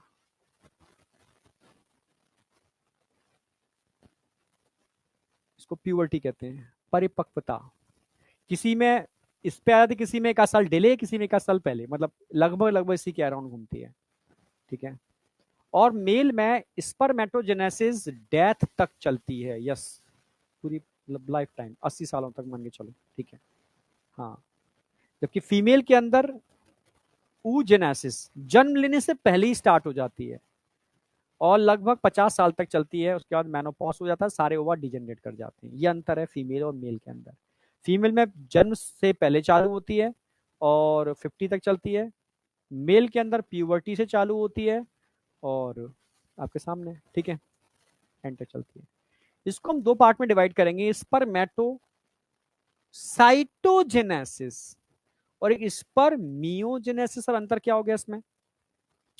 साइटोजेनेसिस जिसमें साइटोप्लाज्म डिवाइड कर रहा है, साइटोप्लाज्म डिवीजन ऑफ साइटोप्लाज्म जहां दिखेगा वो साइटोजेनेसिस है। ठीक है, साइटोजेनेसिस में डिवीजन ऑफ साइटोप्लाज्म। और जहां मैचुरेशन की बात आएगी वो होगी स्पर्मियोजेनेसिस, स्पर्मेटिलियोसिस। ठीक है, इट इज अ मैचुरेशन। तो साइटोजेनेसिस के अंदर क्या होगा? Division of cytoplasm.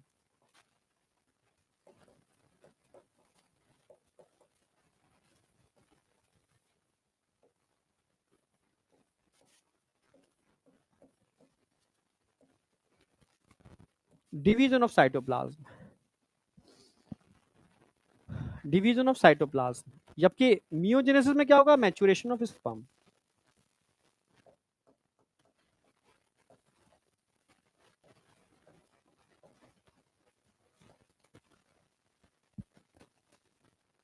मैचुरेशन की मैकेनिज्म आएगी, नोट करो।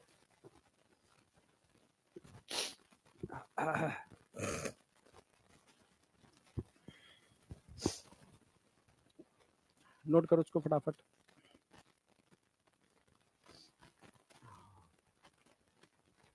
हुआ?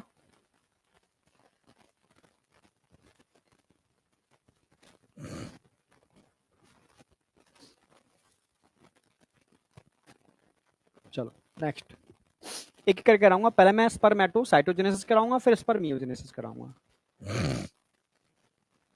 अब आ जाओ साइटोजेनेसिस। पूरा एक प्रॉपर तरीके से समझा रहा हूं मैं।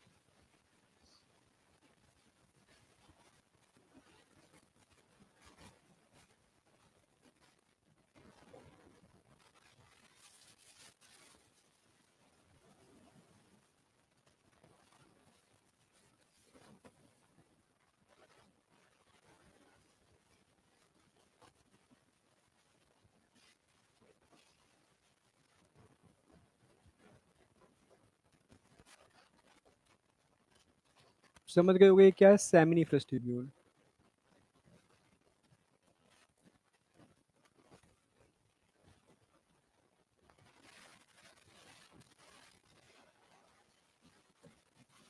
ये कौन है? स्पर्मेटोगोनिया।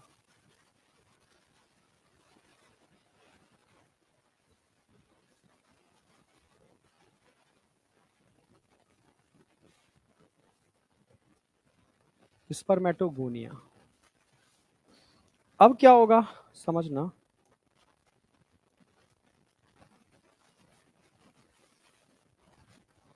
ये स्पर्मेटोगोनिया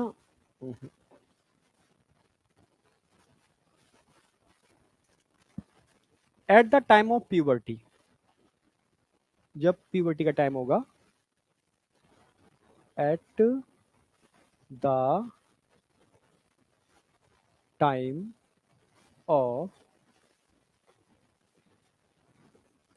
प्यूबर्टी, समझते हो ना? जब अम, आप बचपन में छोटे होगे, आपको नहीं पता होगा यार ये क्या हो रहा है, ठीक है, अचानक से बॉडी में चेंजेस हो रहे हैं, ठीक है, साइड में हेयर्स आ रहे हैं, ठीक है, जेंटल पार्ट से कुछ रिलीज होना चालू हो रहा है, मतलब समझ में नहीं आता हो क्या रहा है, दुनिया में चेंज कुछ बदलाव सा नजर आ रहा है, ठीक है। अपने पराये से लगते हैं, पराये अपने से लगते हैं, बड़ा अजीब सी कंडीशन होती है, हार्मोनल चेंजेस होते हैं, वो प्यूबर्टी वाला टाइम है, ठीक है। आप जानते हो प्यूबर्टी के टाइम पर सारा डिसीजन कौन लेती है, हाइपोथैलेमस और पिट्यूटरी ग्लैंड, वही तो लेती है, सिंपल सी बात है, ठीक है। At the time of puberty तो जो पिट्यूटरी है,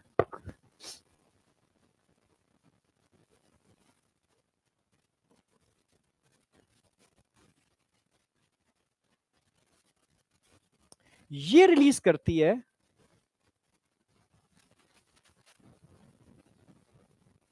ल्यूटिनाइजिंग हार्मोन एलएच। और एलएच आप जानते हो क्या काम करता है, ये लिटिक सेल को स्टिमुलेट करता है टेस्टोस्टेरोन को रिलीज करने के लिए।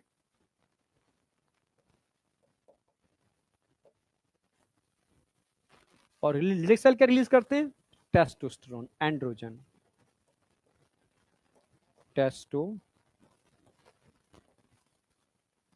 भाई जितने भी मेल सेक्स हार्मोन होते हैं उनको कॉमनली एंड्रोजन बोलते हैं, और एंड्रोजन कई प्रकार के हो सकते हैं, उसमें एक प्रकार है टेस्टोस्टेरोन। अब ये टेस्टोस्टेरोन क्या काम करेगा, ये टेस्टोस्टेरोन इन स्पर्मेटोगोनिया से कहेगा कि भाई समय आ गया, समय आ गया, ठीक है, अब तुम अपने को मेंटेन करो, अपने को मेंटेन करो, और साथ में, ठीक है, अपने को मेंटेन तो कर रहे थे ये, अपने को मेंटेन कराना दिखा दें इनको, अपने को मेंटेन कैसे कर रहे हैं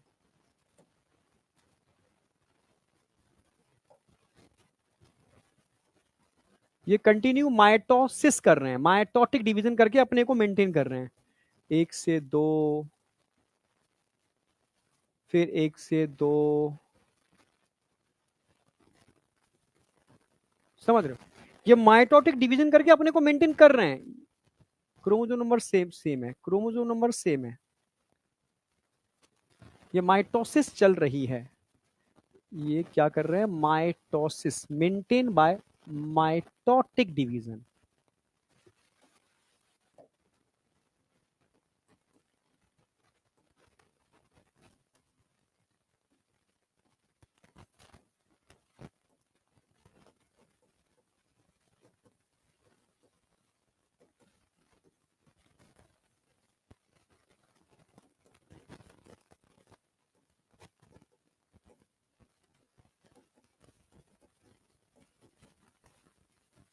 number maintain by mitotic division, mitotic division से नंबर मेंटेन करते हैं अपने को, माइटोटिक डिवीजन जिसमें क्रोमोसोम नंबर सेम ही रहता है, ये डिप्लॉयड है, ये भी डिप्लॉयड है, ये भी डिप्लॉयड है, ये डिप्लॉयड है, डिप्लॉयड है, ये अपने को मेंटेन करते हैं, मिलियंस नंबर में मेंटेन करते रहते हैं। पर जैसे ही प्यूबर्टी आती है, बस कहानी यहां से शुरू, यानी टेस्टोस्टेरोन हार्मोन इनसे कहता है कि भाई अब समय आ गया, अपने साइज को बढ़ाओ और मियोटिक डिवीजन में पार्टिसिपेट कर जाओ। यस, समझना, ये सब के सब कौन है, ये जो मैं भी बता रहा हूं सब कौन है, ये क्या है, स्पर्मेटोगोनिया, स्पर्मेटोगोनिया।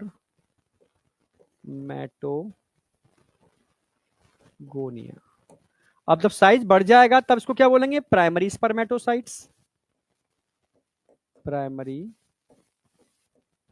स्पर्मेटोसाइट्स,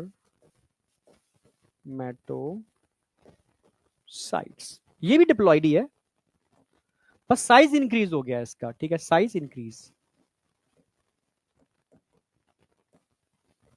बस साइज बढ़ गया है और कोई अंतर नहीं है, ठीक है। Number maintain by mitotic division से नंबर मेंटेन कर रहे हैं, पर जैसे ही टेस्टोस्टेरोन निकलना चालू हो जाता है तो ये कहता है कि साइज को बढ़ाओ और मियोटिक डिवीजन में पार्टिसिपेट करो क्योंकि गैमीट बनने का समय आ गया है। ठीक है, इसमें कितने क्रोमोसोम होते हैं, 44 प्लस एक एक्स होगा एक वाई होगा, सेम इसमें भी कितने होंगे, 44 प्लस एक एक्स होगा और एक वाई होगा।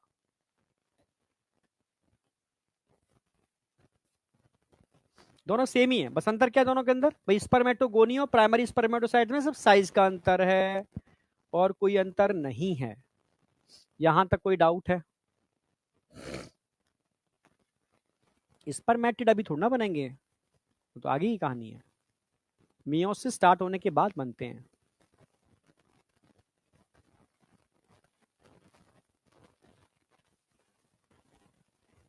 यहां तक कोई डाउट?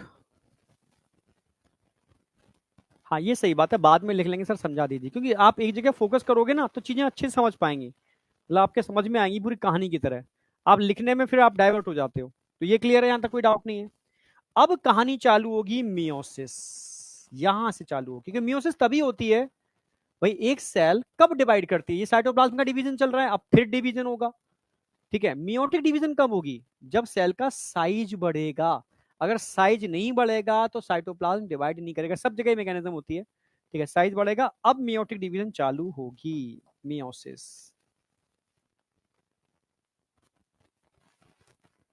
सबसे पहले मियोसिस फर्स्ट होगी, फिर मियोसिस सेकंड होगी।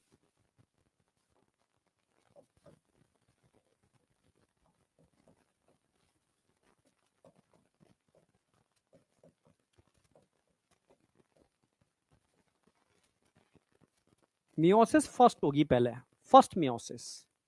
और मियोसिस फर्स्ट में आप जानते हो, ठीक है, मियोसिस फर्स्ट में क्रोमोसोम नंबर आधा हो जाता है, मतलब रिडक्शनल डिवीजन होती है, समझे?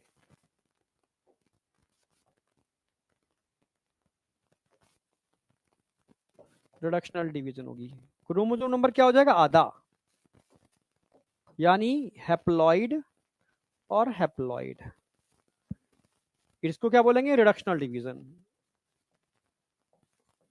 आधा नंबर हो गया, क्रोमोसोम नंबर आधा हो गया। अब क्रोमोसोम नंबर आधा जब हो जाएगा, तब इन सेल को हम प्राइमरी स्पर्मेटोसाइट नहीं बोलेंगे, इनको बोलेंगे हम सेकेंडरी स्पर्मेटोसाइट्स। क्या बोलने वाले हैं इसको हम? Secondary spermatocytes.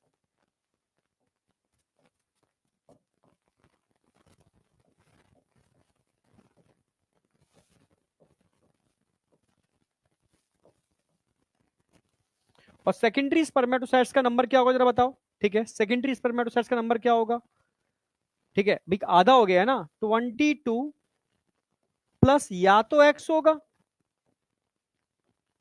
या 22 प्लस या वाई होगा। समझ गए ना मेरी बात?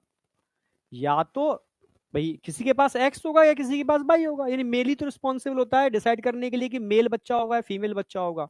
23 क्रोमोसोम होते हैं, तो 22 या तो एक्स होगा या 22 या वाई होगा सेकेंडरी स्पर्मेटोसाइट्स के अंदर। अब मियोसिस सेकंड होगी, किसी एक को ले लेते हैं हम, ठीक है, किसी एक को आगे ले लेते हैं। ठीक है, मैं आगे ले लेता हूं जगह, नहीं है।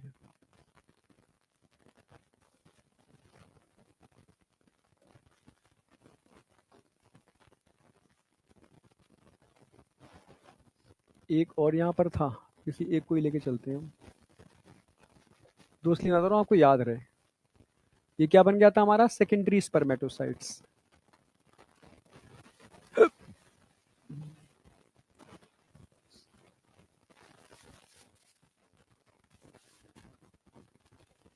Secondary spermatocytes. अब सेकेंडरी स्पर्मेटोसाइट्स में एक में दिखा दे रहा हूं, सेम दूसरे में वही मैकेनिज्म होगी। अब मियोसिस 2 होगी।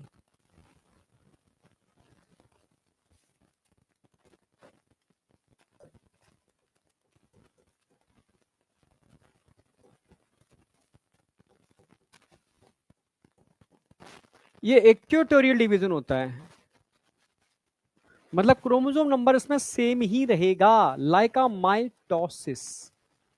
क्रोमोसोम नंबर में कोई चेंज नहीं आना, लाइक अ माइटोसिस।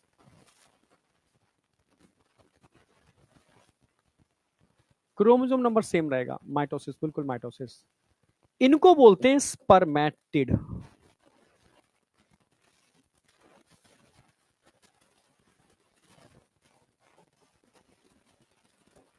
सेम ऐसा इधर भी तो होगा।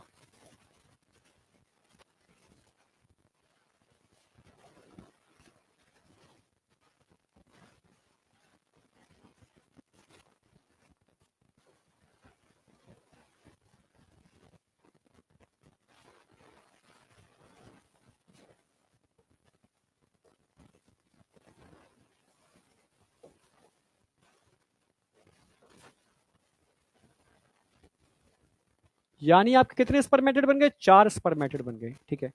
अब स्पर्मेटेड से स्पर्म के बनने की जो प्रोसेस होती है, ये अलग मैकेनिज्म है जो अगली स्लाइड में बताऊंगा मैं। इसको बोलते हैं स्पर्मियोजेनेसिस। स्पर्मियोजेनेसिस। यहां तक क्या हो रही है? स्पर, ठीक है, साइटोजेनेसिस हो रही है, स्पर्मेटोसाइटोजेनेसिस। यहां तक क्या हो रही है? स्पर्मेटोसाइटोजेनेसिस। अब यहां पर होगी स्पर्मियोजेनेसिस।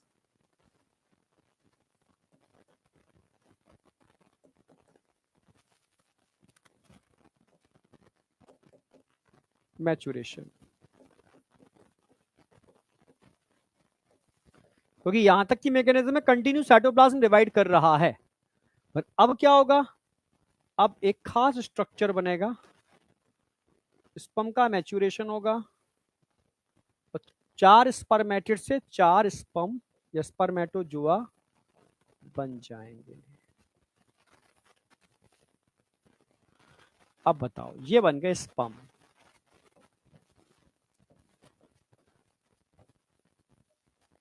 या स्पर्मेटोजुआ भी बोल सकते हो।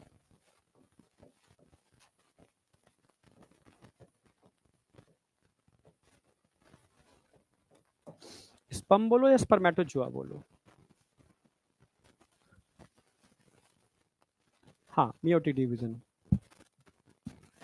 Chromosome number, meiosis first equal to mitosis होती है ना, इक्वेटोरियल डिवीजन कहते हैं इसको। मियोसिस माइटोसिस तो पढ़ भी चुके होगे बॉटनी में। अब इस मैकेनिज्म को डिटेल्ड में पढ़ना है कि एक्चुअल में होती कैसे है ये, ठीक है। अब इसको समझाता हूँ डिटेल में अलग स्लाइड पर, कैसे स्पर्मेटिड से स्पर्म बन रहे हैं।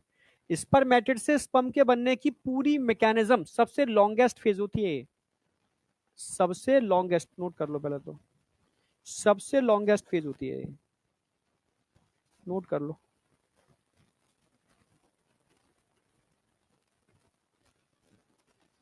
मतलब spermiogenesis, it is also called spermateleosis. जिसमें हो क्या रहा था? जिसमें से स्पर्मेटिड, स्पर्मेटिड था,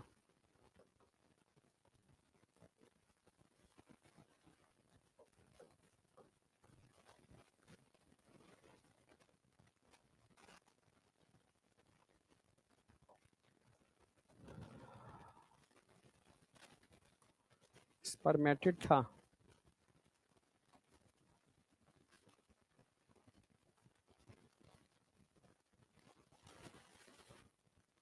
न्यूक्लियस है, हैप्लॉइड है न्यूक्लियस,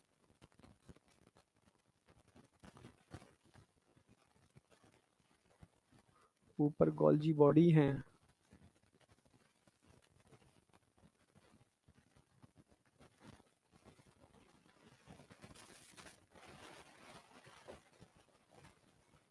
सेंट्रियोल है,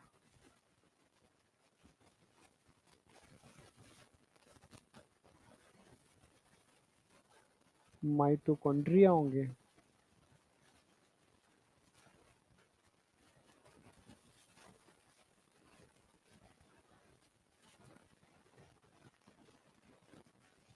ये स्पर्मेटिड।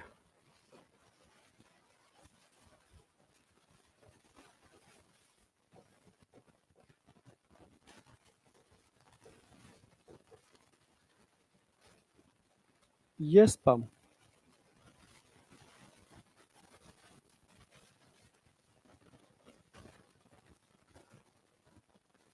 अब स्पर्मेटिड से स्पर्म का कन्वर्जन, ये पूरी मतलब लॉन्गेस्ट फेज है। कैसे होता है समझना मेरी बात। भाई ये गोल्जी बॉडी है,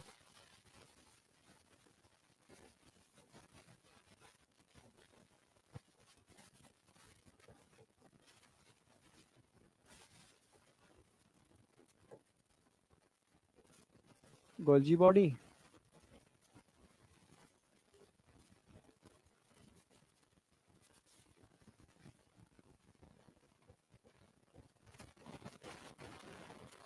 न्यूक्लियस,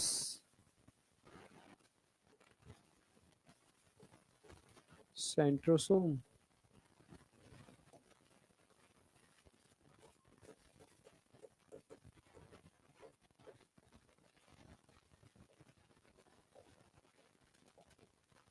माइटोकॉन्ड्रिया। ठीक, अब कैसे स्पर्म बनता है, पहले स्पर्म देख लो, स्पर्म में क्या क्या होता है। स्पर्म में एक हेड होता है, मैच्योर स्पर्म में ऐसा स्ट्रक्चर होता है। अगर मैं हेड की बात करूं, ठीक है, हेड के अंदर एक्रोजोम, आप समझ ही रहोगे एक्रोजोम होता है यहाँ पर, और न्यूक्लियस होता है।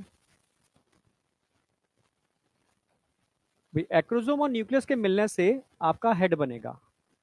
और एक्रोजोम में क्या होते हैं, एक्रोजोम में आप जानते हो वो एंजाइम्स होते हैं जो ओवा की वॉल को ब्रेक करने के लिए रिस्पॉन्सिबल होते हैं। हाइड्रोलाइजिंग एंजाइम बोलते हैं इनको। ईडी का मतलब होता है बेटा इक्वेटोरियल डिवीजन, लाइका माइटोसिस। और रिडक्शनल डिवीजन का मतलब होता है आरडी, क्रोमोसोम नंबर आधा हो जाना। ठीक है, हाँ, क्रोमोसोम नंबर आधा हो जाना। आ जाओ। हाँ, तो एक्रोजोम में क्या भरा हुआ है, एक्रोजोम के अंदर क्या है,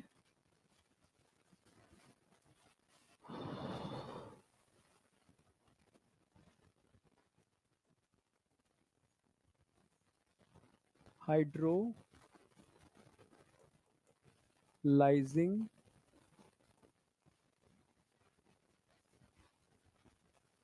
एंजाइम्स, हाइड्रोलाइजिंग एंजाइम्स भरे हुए हैं कहां पर, एक्रोजोम के अंदर। ठीक है, इनको स्पर्म लाइसिन भी कहते हैं, sperm, it is also called sperm lysine.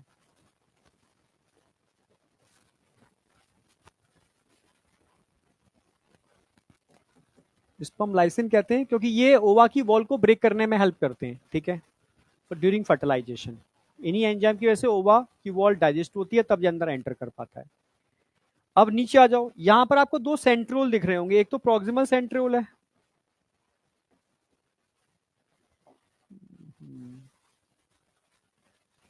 एक डिस्टल सेंट्रोल, दो सेंट्रोल है। ठीक है, प्रोक्सिमल है, एक डिस्टल है नेक के अंदर।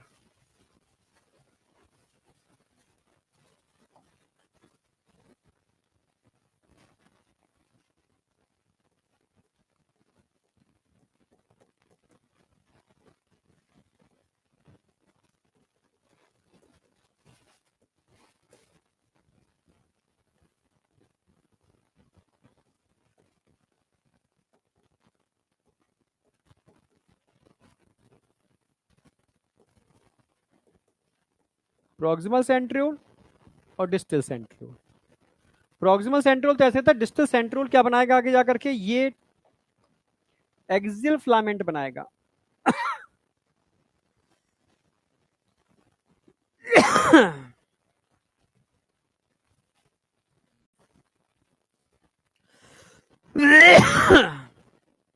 डिस्टल सेंट्रोल क्या करता है, यही बनाता है एक्सियल फिलामेंट।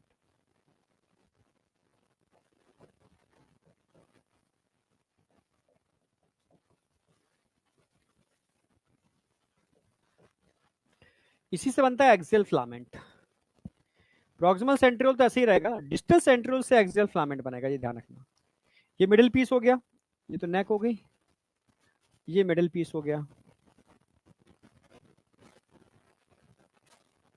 मिडिल पीस में क्या लगे हुए हैं, माइटोकॉन्ड्रिया लगे हुए हैं लगातार, स्पाइरली अरेंज माइटोकॉन्ड्रिया, स्पाइरली। अब माइटोकॉन्ड्रिया इसके अंदर होते हैं, इसलिए इसको हम पावर हाउस भी बोलते हैं, पावर हाउस ऑफ स्पर्म, क्योंकि इसमें माइटोकॉन्ड्रिया स्पाइरली अरेंज है। समझ गए, और ये टेल होती है लास्ट में, एक्सियल फिलामेंट होता है। तो ये स्पर्म है पूरा का पूरा। स्पर्म को भाई यहां तक बनने में कैसे कैसे बनता है, क्वेश्चन आएगा। गोल्जी बॉडी पे गोल्जी वेसिकल्स होते हैं, गोल्जी वेसिकल से बनेगा एक्रोसोम। न्यूक्लियस डायरेक्ट न्यूक्लियस को बनाएगा। सेंट्रोसोम से बनेंगे centriole, proximal and distal centriole. Mitochondria middle piece में आके अरेंज हो जाएंगे और पावर हाउस ऑफ स्पर्म बनाएंगे। इस तरीके से स्पर्मेटिड से एक प्रॉपर स्पर्म बनता है, जिसको 3 पार्ट में डिवाइड किया है हमने, हेड, नेक और tail. Head, neck, middle piece and tail, 4 part में डिवाइड किया है। हेड को बनाने में एक्रोसोम न्यूक्लियस का रोल है। नेक के अंदर सेंट्रियोल होते हैं। डिस्टल सेंट्रियोल से एक्सियल फिलामेंट बनता है। मिडिल पीस के अंदर माइटोकॉन्ड्रिया स्पाइरली अरेंज है। It is a power house of sperm. अब बताओ यहां तक कोई डाउट?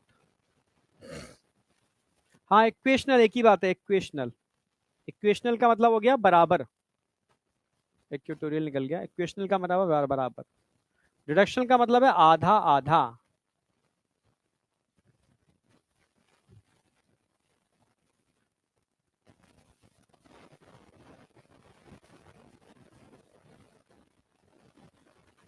अब यहां तक कोई भी डाउट है तो मुझे बताओ।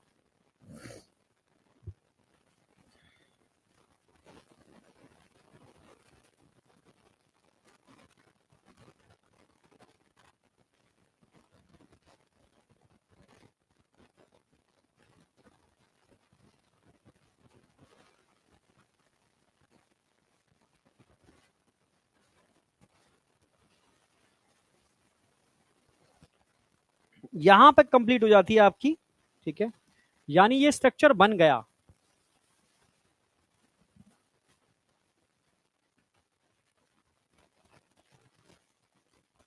ये पूरा एक्सियल फिलामेंट है बेटा, मिडिल पीस से होता हुआ टेल में जा रहा है, पूरा ही एक्सियल फिलामेंट है। ये पूरा ही मैंने कलर दिखा दिया है, पिंक कलर का एक्सियल फिलामेंट है और डिस्टल सेंट्रियोल से बनता है। अब एनसीईआरटी क्या बोल रही है कि एक्चुअल में स्पर्म धीरे धीरे बनते हैं। ये स्पर्मेटिड हैं, धीरे धीरे धीरे धीरे ये स्पर्म में कन्वर्ट हो गए। स्पर्म के पास साइटोप्लाज्म बहुत कम होता है, ये अपने साइटोप्लाज्म को अलग कर देता है अपने से, ठीक है। जब तक इसके पास साइटोप्लाज्म होता है तब तक तो ये नरिशमेंट लेता रहता है, ठीक है। साइटोप्लाज्म को अलग करके बाहर निकलता है।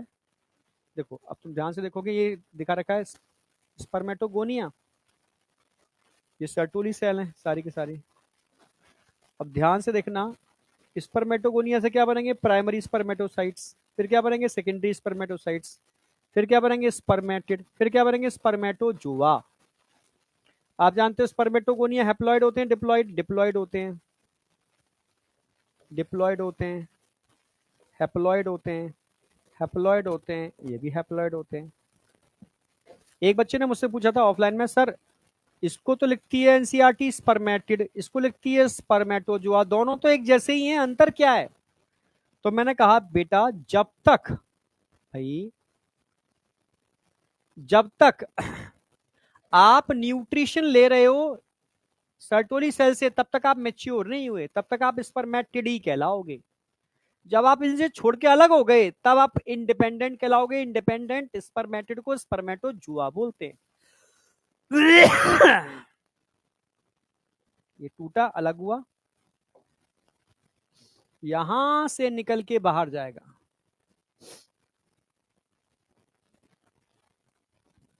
सेमिनिफरस ट्यूब्यूल से रिलीज होकर स्पर्म कहां चला जाएगा? Release from seminiferous tubules.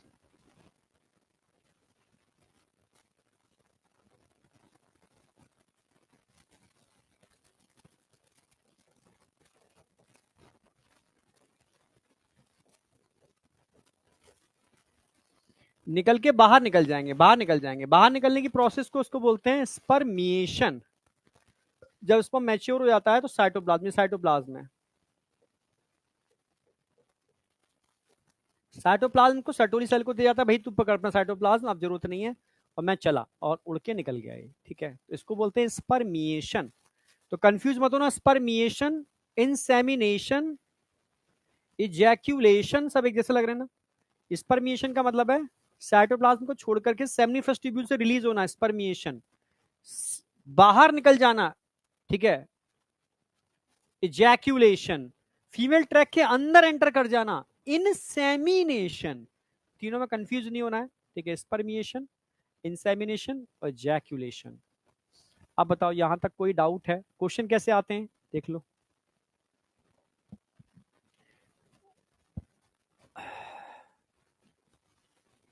अच्छा, वो क्वेश्चन वाली स्लाइड डाली नहीं मैंने, कोई नहीं।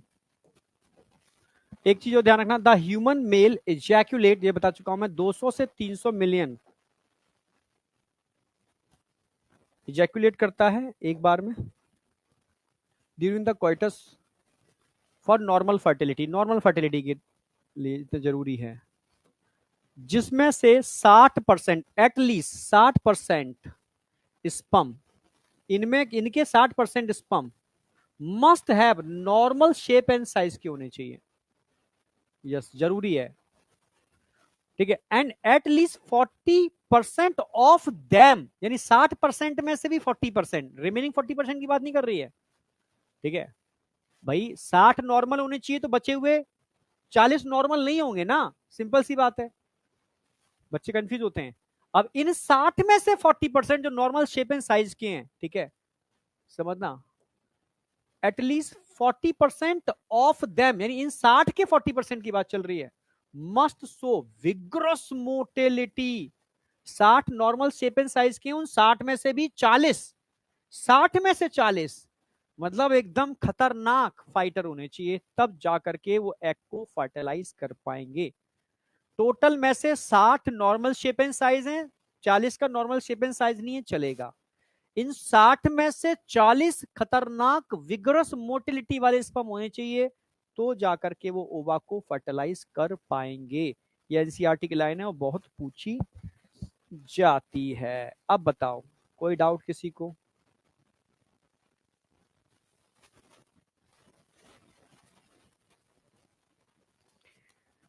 क्वेश्चन पूछा जाएगा जैसे आपसे, for formation of 100 sperm,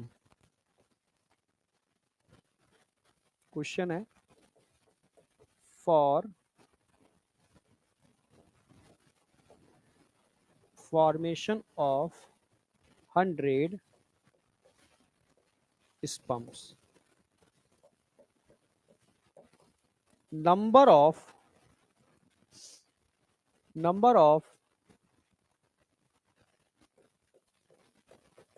primary spermatocyte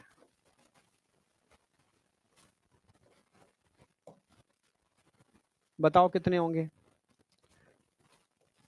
secondary spermatocytes बताओ कितने होंगे,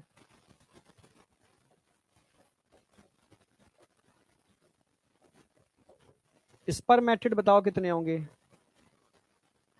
ठीक है भाई, 100 स्पर्म बनाने हैं, 100 स्पर्म बनाने हैं। ठीक है, कितने इसमें प्राइमरी स्पर्मेटोसाइट्स चाहिए, कितने सेकेंडरी स्पर्मेटोसाइट्स चाहिए, कितने स्पर्मेटिड चाहिए, जरा बताओ भाई। प्राइमरी स्पर्मेटोसाइट्स चाहिए होते हैं 25, क्योंकि एक से 4 बनते हैं। सेकेंडरी स्पर्मेटोसाइट हेप्लॉइड होगा, ठीक है, तो एक से 2 बनते हैं तो 50 चाहिए। स्पर्मेटिड एक से 1 बनता है तो 100 बनाने हैं तो 100 ही चाहिए आपको। ये क्वेश्चन आते हैं इस तरीके से पूछे आपके। यहां तक कोई डाउट? यहां तक किसी को कोई डाउट है?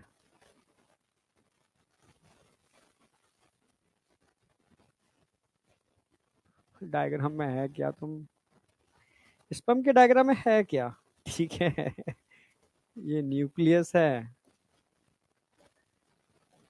इसके ऊपर एक्रोसोम है,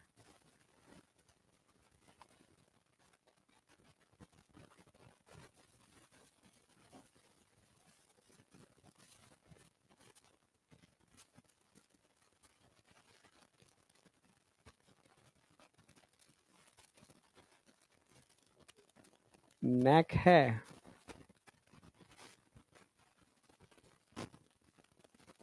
मिडिल पीस है,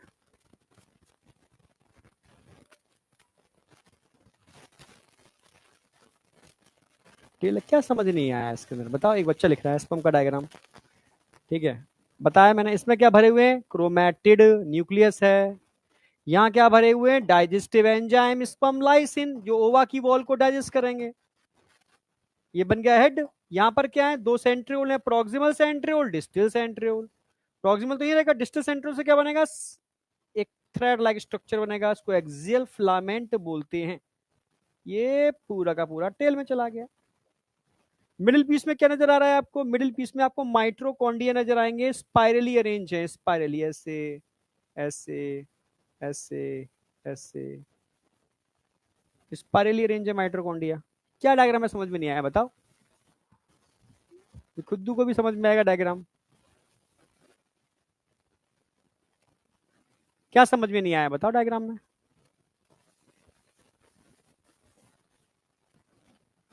कंसेप्ट क्लियर है? सर आज जल्दी छुट्टी कर दीजिए।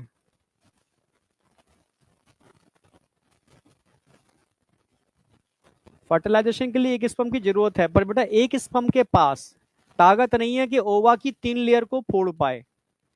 समझ में आया? यस। एक किले की दीवार को भेदना है, पूरी सेना चाहिए, पूरी सेना चाहिए। सेना अपने अपने हथियारों से किले की दीवार पर टूट पड़ती है, उसको कमजोर करती है, ठीक है। तब जाकर के राजा, जो एक सबसे स्ट्रॉन्ग जो कहोगे होगा, वो उस वॉल को एक गुस्से में लास्ट में तोड़ पाता है, क्योंकि वो पहले कमजोर की जा चुकी है बहुत सारे स्पम की वजह से। तभी इतने स्पम चाहिए, तभी वॉल वीक होगी। उसमें कोई एक होगा जो अंदर पेनिट्रेट कर पाएगा, समझ रहे हो? पर वो पेनिट्रेट इसलिए कर पा रहा है क्योंकि औरों ने हेल्प की है, समझ रहे हो? सबका योगदान है, तब जाकर के वो एक एंटर कर पाता है। ऐसा नहीं है कि अगले दम पर वो एंटर कर लेता है। समझ में आया नहीं आया?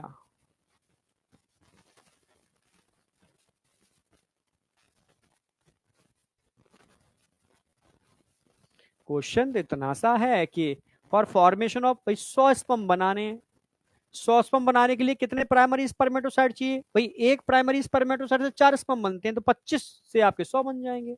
सेकेंडरी, क्योंकि सेकेंडरी भाई प्राइमरी से सेकेंडरी बनते हैं हैप्लॉइड, एक सेकेंडरी से 2 स्पर्म बनते हैं, तो 50 से 100 बन जाएंगे। स्पर्मेटिड एक से एक बनता है, तो 100 से 100 बनेंगे।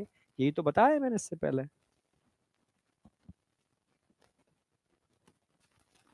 ये आ गए। जैसे स्पर्मेटिड है, एक स्पर्मेटिड से एक स्पर्म बनता है, एक सेकेंडरी स्पर्मेटोसाइट से 2 बनते हैं, तो 50 से 100 बन जाएंगे। हाँ, एक प्राइमरी से 2 बनते हैं ये, फिर इन दोनों से 2-2 बनते हैं, यानी 1 से 4 बनते हैं, इसलिए 25 चाहिए। कोई चीज छोड़ी नहीं है बेटा, मैंने बहुत कंसेप्चुअल चीजें कराई हैं।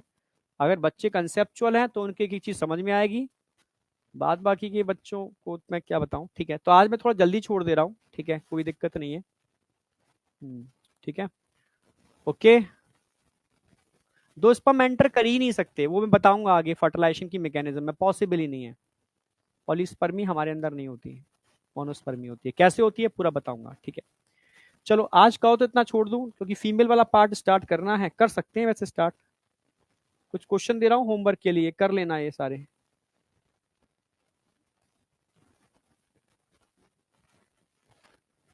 फीमेल वाला पार्ट स्टार्ट करना है। मैं एक स्लाइड इतना तो पढ़ा ही दूं आपको, क्या क्या पढ़ाना है इसके अंदर।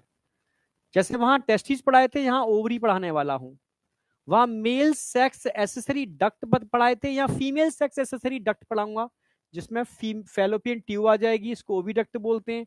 यूट्रस हिस्ट्रा बोलते हैं या वूम बोलते हैं। सर्विक्स आ जाएगी और वजाइना आ जाएगी। वहां पर एक्सटर्नल जेनाइटेलिया पढ़ाए थे मैंने, तो यहाँ पर भी एक्सटर्नल जेनाइटेलिया, इसको हम वॉल्वा बोलते हैं। ये सब मैं पढ़ाने वाला हूँ। वहां पर मेल सेक्स एसेसरी ग्लैंड थे, तो यहाँ पर फीमेल सेक्स एसेसरी ग्लैंड पढ़ाने वाला हूँ। ठीक है, मेमरी ग्लैंड कोई ग्लैंड नहीं है, it is a secondary sexual character, क्योंकि ये हार्मोनल इन्फ्लुएंस से डेवलप होते हैं, so it is a secondary sexual character. ठीक है, ये सब यहाँ आप पढ़ने वाले हो, ये आपका टारगेट है। ठीक है, तो मैं बिल्कुल एक तरीके से स्टार्ट करूंगा इसको अगली क्लास से डिटेल्ड में, स्ट्रक्चर के साथ। आज मैं इतना ही रखूंगा।